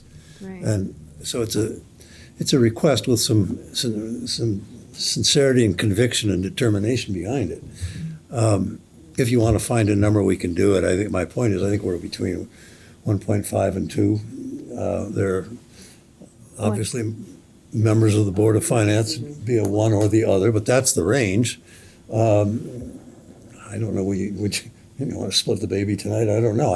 I think if I were on the other side, I would say, fine. I heard that we're going to have to make some cuts here. It is now in the form of a firm request, and the numbers talked about are between 1.5 and 2. I don't know what further guidance we need to give. And then we will keep an open mind and be respectful to what the public has to say. Yes. Our plan is to put forward the proposed budgets. There were some changes made after the budget, and we don't have a full board, so we'll put forward so in your messaging, Wendy, you may want to mention these budgets do not yet include the additional interest revenue, because you didn't vote on that. So, but we will certainly add that, and you can just message that. And just to clarify, I think what you mean is between 150,000 and 225. 235, 236, something like that. Yeah. Yes. We're talking 1.5. Not the millions, right? No, And not the 1.5 15% million, No. just of the 100. increase. But if you can find 1.5 million. Yeah, Yes. we- Yeah, thank you. Thank you, Linda, yes. The other thing we're watching very, very carefully, and I did reach out to Melissa Osborne on this, is what she thought the prospects of this education bill is. 5003, which would bring in about 2.2 million to the town if that passes. It's Ritter's bill, so Got a good chance in the House. so it has a chance. It has a pretty good chance in the House. I don't know eventually whether that would come in as revenue to the town or go directly to the Board of Ed, but either way, it would be a help to the town. So we're watching that carefully. And there may be some money devoted to excess cost, which is our special. Is that for special ed? Is that the special ed bill? That may also provide extra revenues to help relieve some of those costs. We're seeing an increase in need because of the pandemic. Certainly want to make sure our children get the best help, and hope that the state will be a partner in contributing to make sure that that happens. So those are some positives we'll be watching, and we'll see what the public has to say. Your comments about priority also fit in here, certainly. I mean, if this becomes something that's just impossible to do, it would be useful to know what is the absolute top priority of your list, and so that we don't go there in making what cuts we think are going to be necessary. But I would rather have you do the work. Just so clarification, Madam Chair. So the April 4th meeting is the public hearing. What I'm hearing is we have one meeting, on a board meeting before that, right? If we wanted to have a discussion on where we would potentially make cuts, right? We've reached out to have people start prioritizing some of the bigger hit items that would make some of this happen, to just get an idea where the board stands. So we'll have to talk, yeah. So you're saying on the 4th, we should come prepared with these sets of information, but we're not presenting them. We're waiting to hear from the public. Well, so in an ideal world, we would have had both the Board of Ed and you come back to us with an amended budget recommendation, but that cannot happen. We're not making the Board of Ed do the cuts. We're asking them to look at it, but the timing was too compressed, so we just can't do that. We didn't want to say something to you before we had an opportunity to hear from you, because we felt that that was disrespectful to your board, and we wanted to give you guys a chance to review it. I thought you did a great job. I thought staff did a great job. The one addition I'm probably going to recommend to the budget is putting in computers and leases things, since it happens every year and it's $6,000. That should be part of your budget. You should have that every year. So that would. Every fourth year, I think it's 13,000. So that you can use the CNR then. Pick your number. Come in with a number between 6 and 8, and I'll make that motion. I don't know if it'll pass, but that's my plan. It is So do we recurring. need to take a vote to send their budgets We do. forward? Yeah. So Amy, can you pull up, because their budget is different than what was presented to us, and we'll put forward their budget. And what we'll do, though, is we're going to do that on Thursday so that Amy has the We'll do it time to Thursday, pull okay. together the motions. Yeah, so I was gonna do the motions, and then our bond council has already put together the capital resolution, so we're finalizing those, so you can have them on Thursday as well. So we do it all together. Excellent. Right, are people comfortable with that? Yes. Is there any anything people, Amber or Wendy, that you have for our board, or? I just wanted to, like, touching on what Derek said and what everyone said, we grappled amongst the six of us with different feelings on, do people, we've heard people don't want a tax increase. So, and some people, it's not as big a deal, and that's just emblematic of our community. Mm-hmm. You go from here to here, and you see it when you door knock. There's the wide variety of residents that are in this town. So it is really hard to find the right budget for our community, make sure that everybody has what they want. It's really a tough call, because you have to listen to, everybody across the spectrum. Well, I think that, the thing that we all struggle with as elected officials at a town level, state level, federal level, you have people who have targeted desires, and you have dispersed people paying the bill. And those two don't match, because the people who want something specific want it ardently and vocally. And the people who are paying the bills tend to be silent until they just reach a threshold and either just quietly move away or call one of us and start screaming at us about how unhappy they are, or both. But it's that mismatch between, it's the people who are asking for something, and each a different thing, aren't necessarily the ones who are going to bear the whole cost of that thing.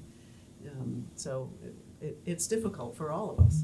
I mean, I think we have a great town. We love this town. And the one thing I say to the public sometimes, if you're like, you're on the mean board, it's like, we're not trying to be mean.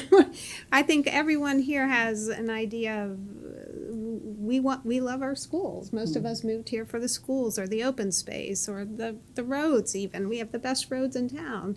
Our police officers, I'm in the police academy. It's the best thing ever. I strongly recommend it. But I mean, the library, who doesn't go to the library? And the parks. I mean, I lived in the parks when my kids were little, and now I play pickleball. Yes, that is my life. Nice. But the point is, there isn't anything we don't love. And we know it costs money to live here, and we're willing to pay a premium. And the question is, how much of that premium, and where is that tipping point? And we think we're a little close. We use sort of neutral gauges, like the cap. We're at the cap, state cap. We're above the inflation rate. So are there reasons for it? Absolutely. Are there good reasons for it? Yes. We're one of the few towns in Connecticut that's seeing school enrollment going up and population going up. So that means we're going to need police and we're going to need teachers. Got it. So we understand the pressures, which is why we don't pose this to you as an easy task. We pose it to you more as a challenge, and I think we all agree we don't want to go to our residents with a 6% tax increase. That's a hard thing to do. Some people are going to, 1 out of 5, 20% are going to see a 12% tax increase, 12% tax increase this year. That's a hard thing to ask, as much as I love everything in this town. So just ask you to take another look. We know you will. We know you already did. You did a great job, and we're asking you to push just a little more if you can. It's never personal, right? We're on the front lines with the vested parties, and how I get comfort is that there's 25,000 people. I would love to think that 1% would be watching these meetings, but we represent we represent 25,000 people, 6,000 households, and so that's how I get comfortable with it's. And again, it's not personal. It's just trying to look out for everyone equally as best as you can. Right, and we're going to have different opinions, Derek Sure. and I. Oh yeah, totally. Yeah, I agree. and it doesn't. It's hard. I'm not going to tell you it's not hard. It's hard on us. That makes me a little nauseous. I don't know. But that's what I got. Did we get through everything we needed to? Oh, non-lapsing fund. Did we have the balance on the non-lapsing fund for the Board of Ed? Can we get that? Okay, can you just send us a copy of the... We had a bunch of questions. Amy, were you able to capture all the questions? Are we good to go? Yep. Okay. Is there anything else for the good of the order? We'll do motions on Thursday, and again, to members of the public, we are not cutting any of the proposed budgets at this point.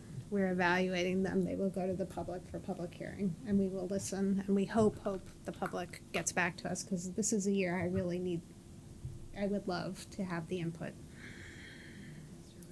Okay. We have a motion.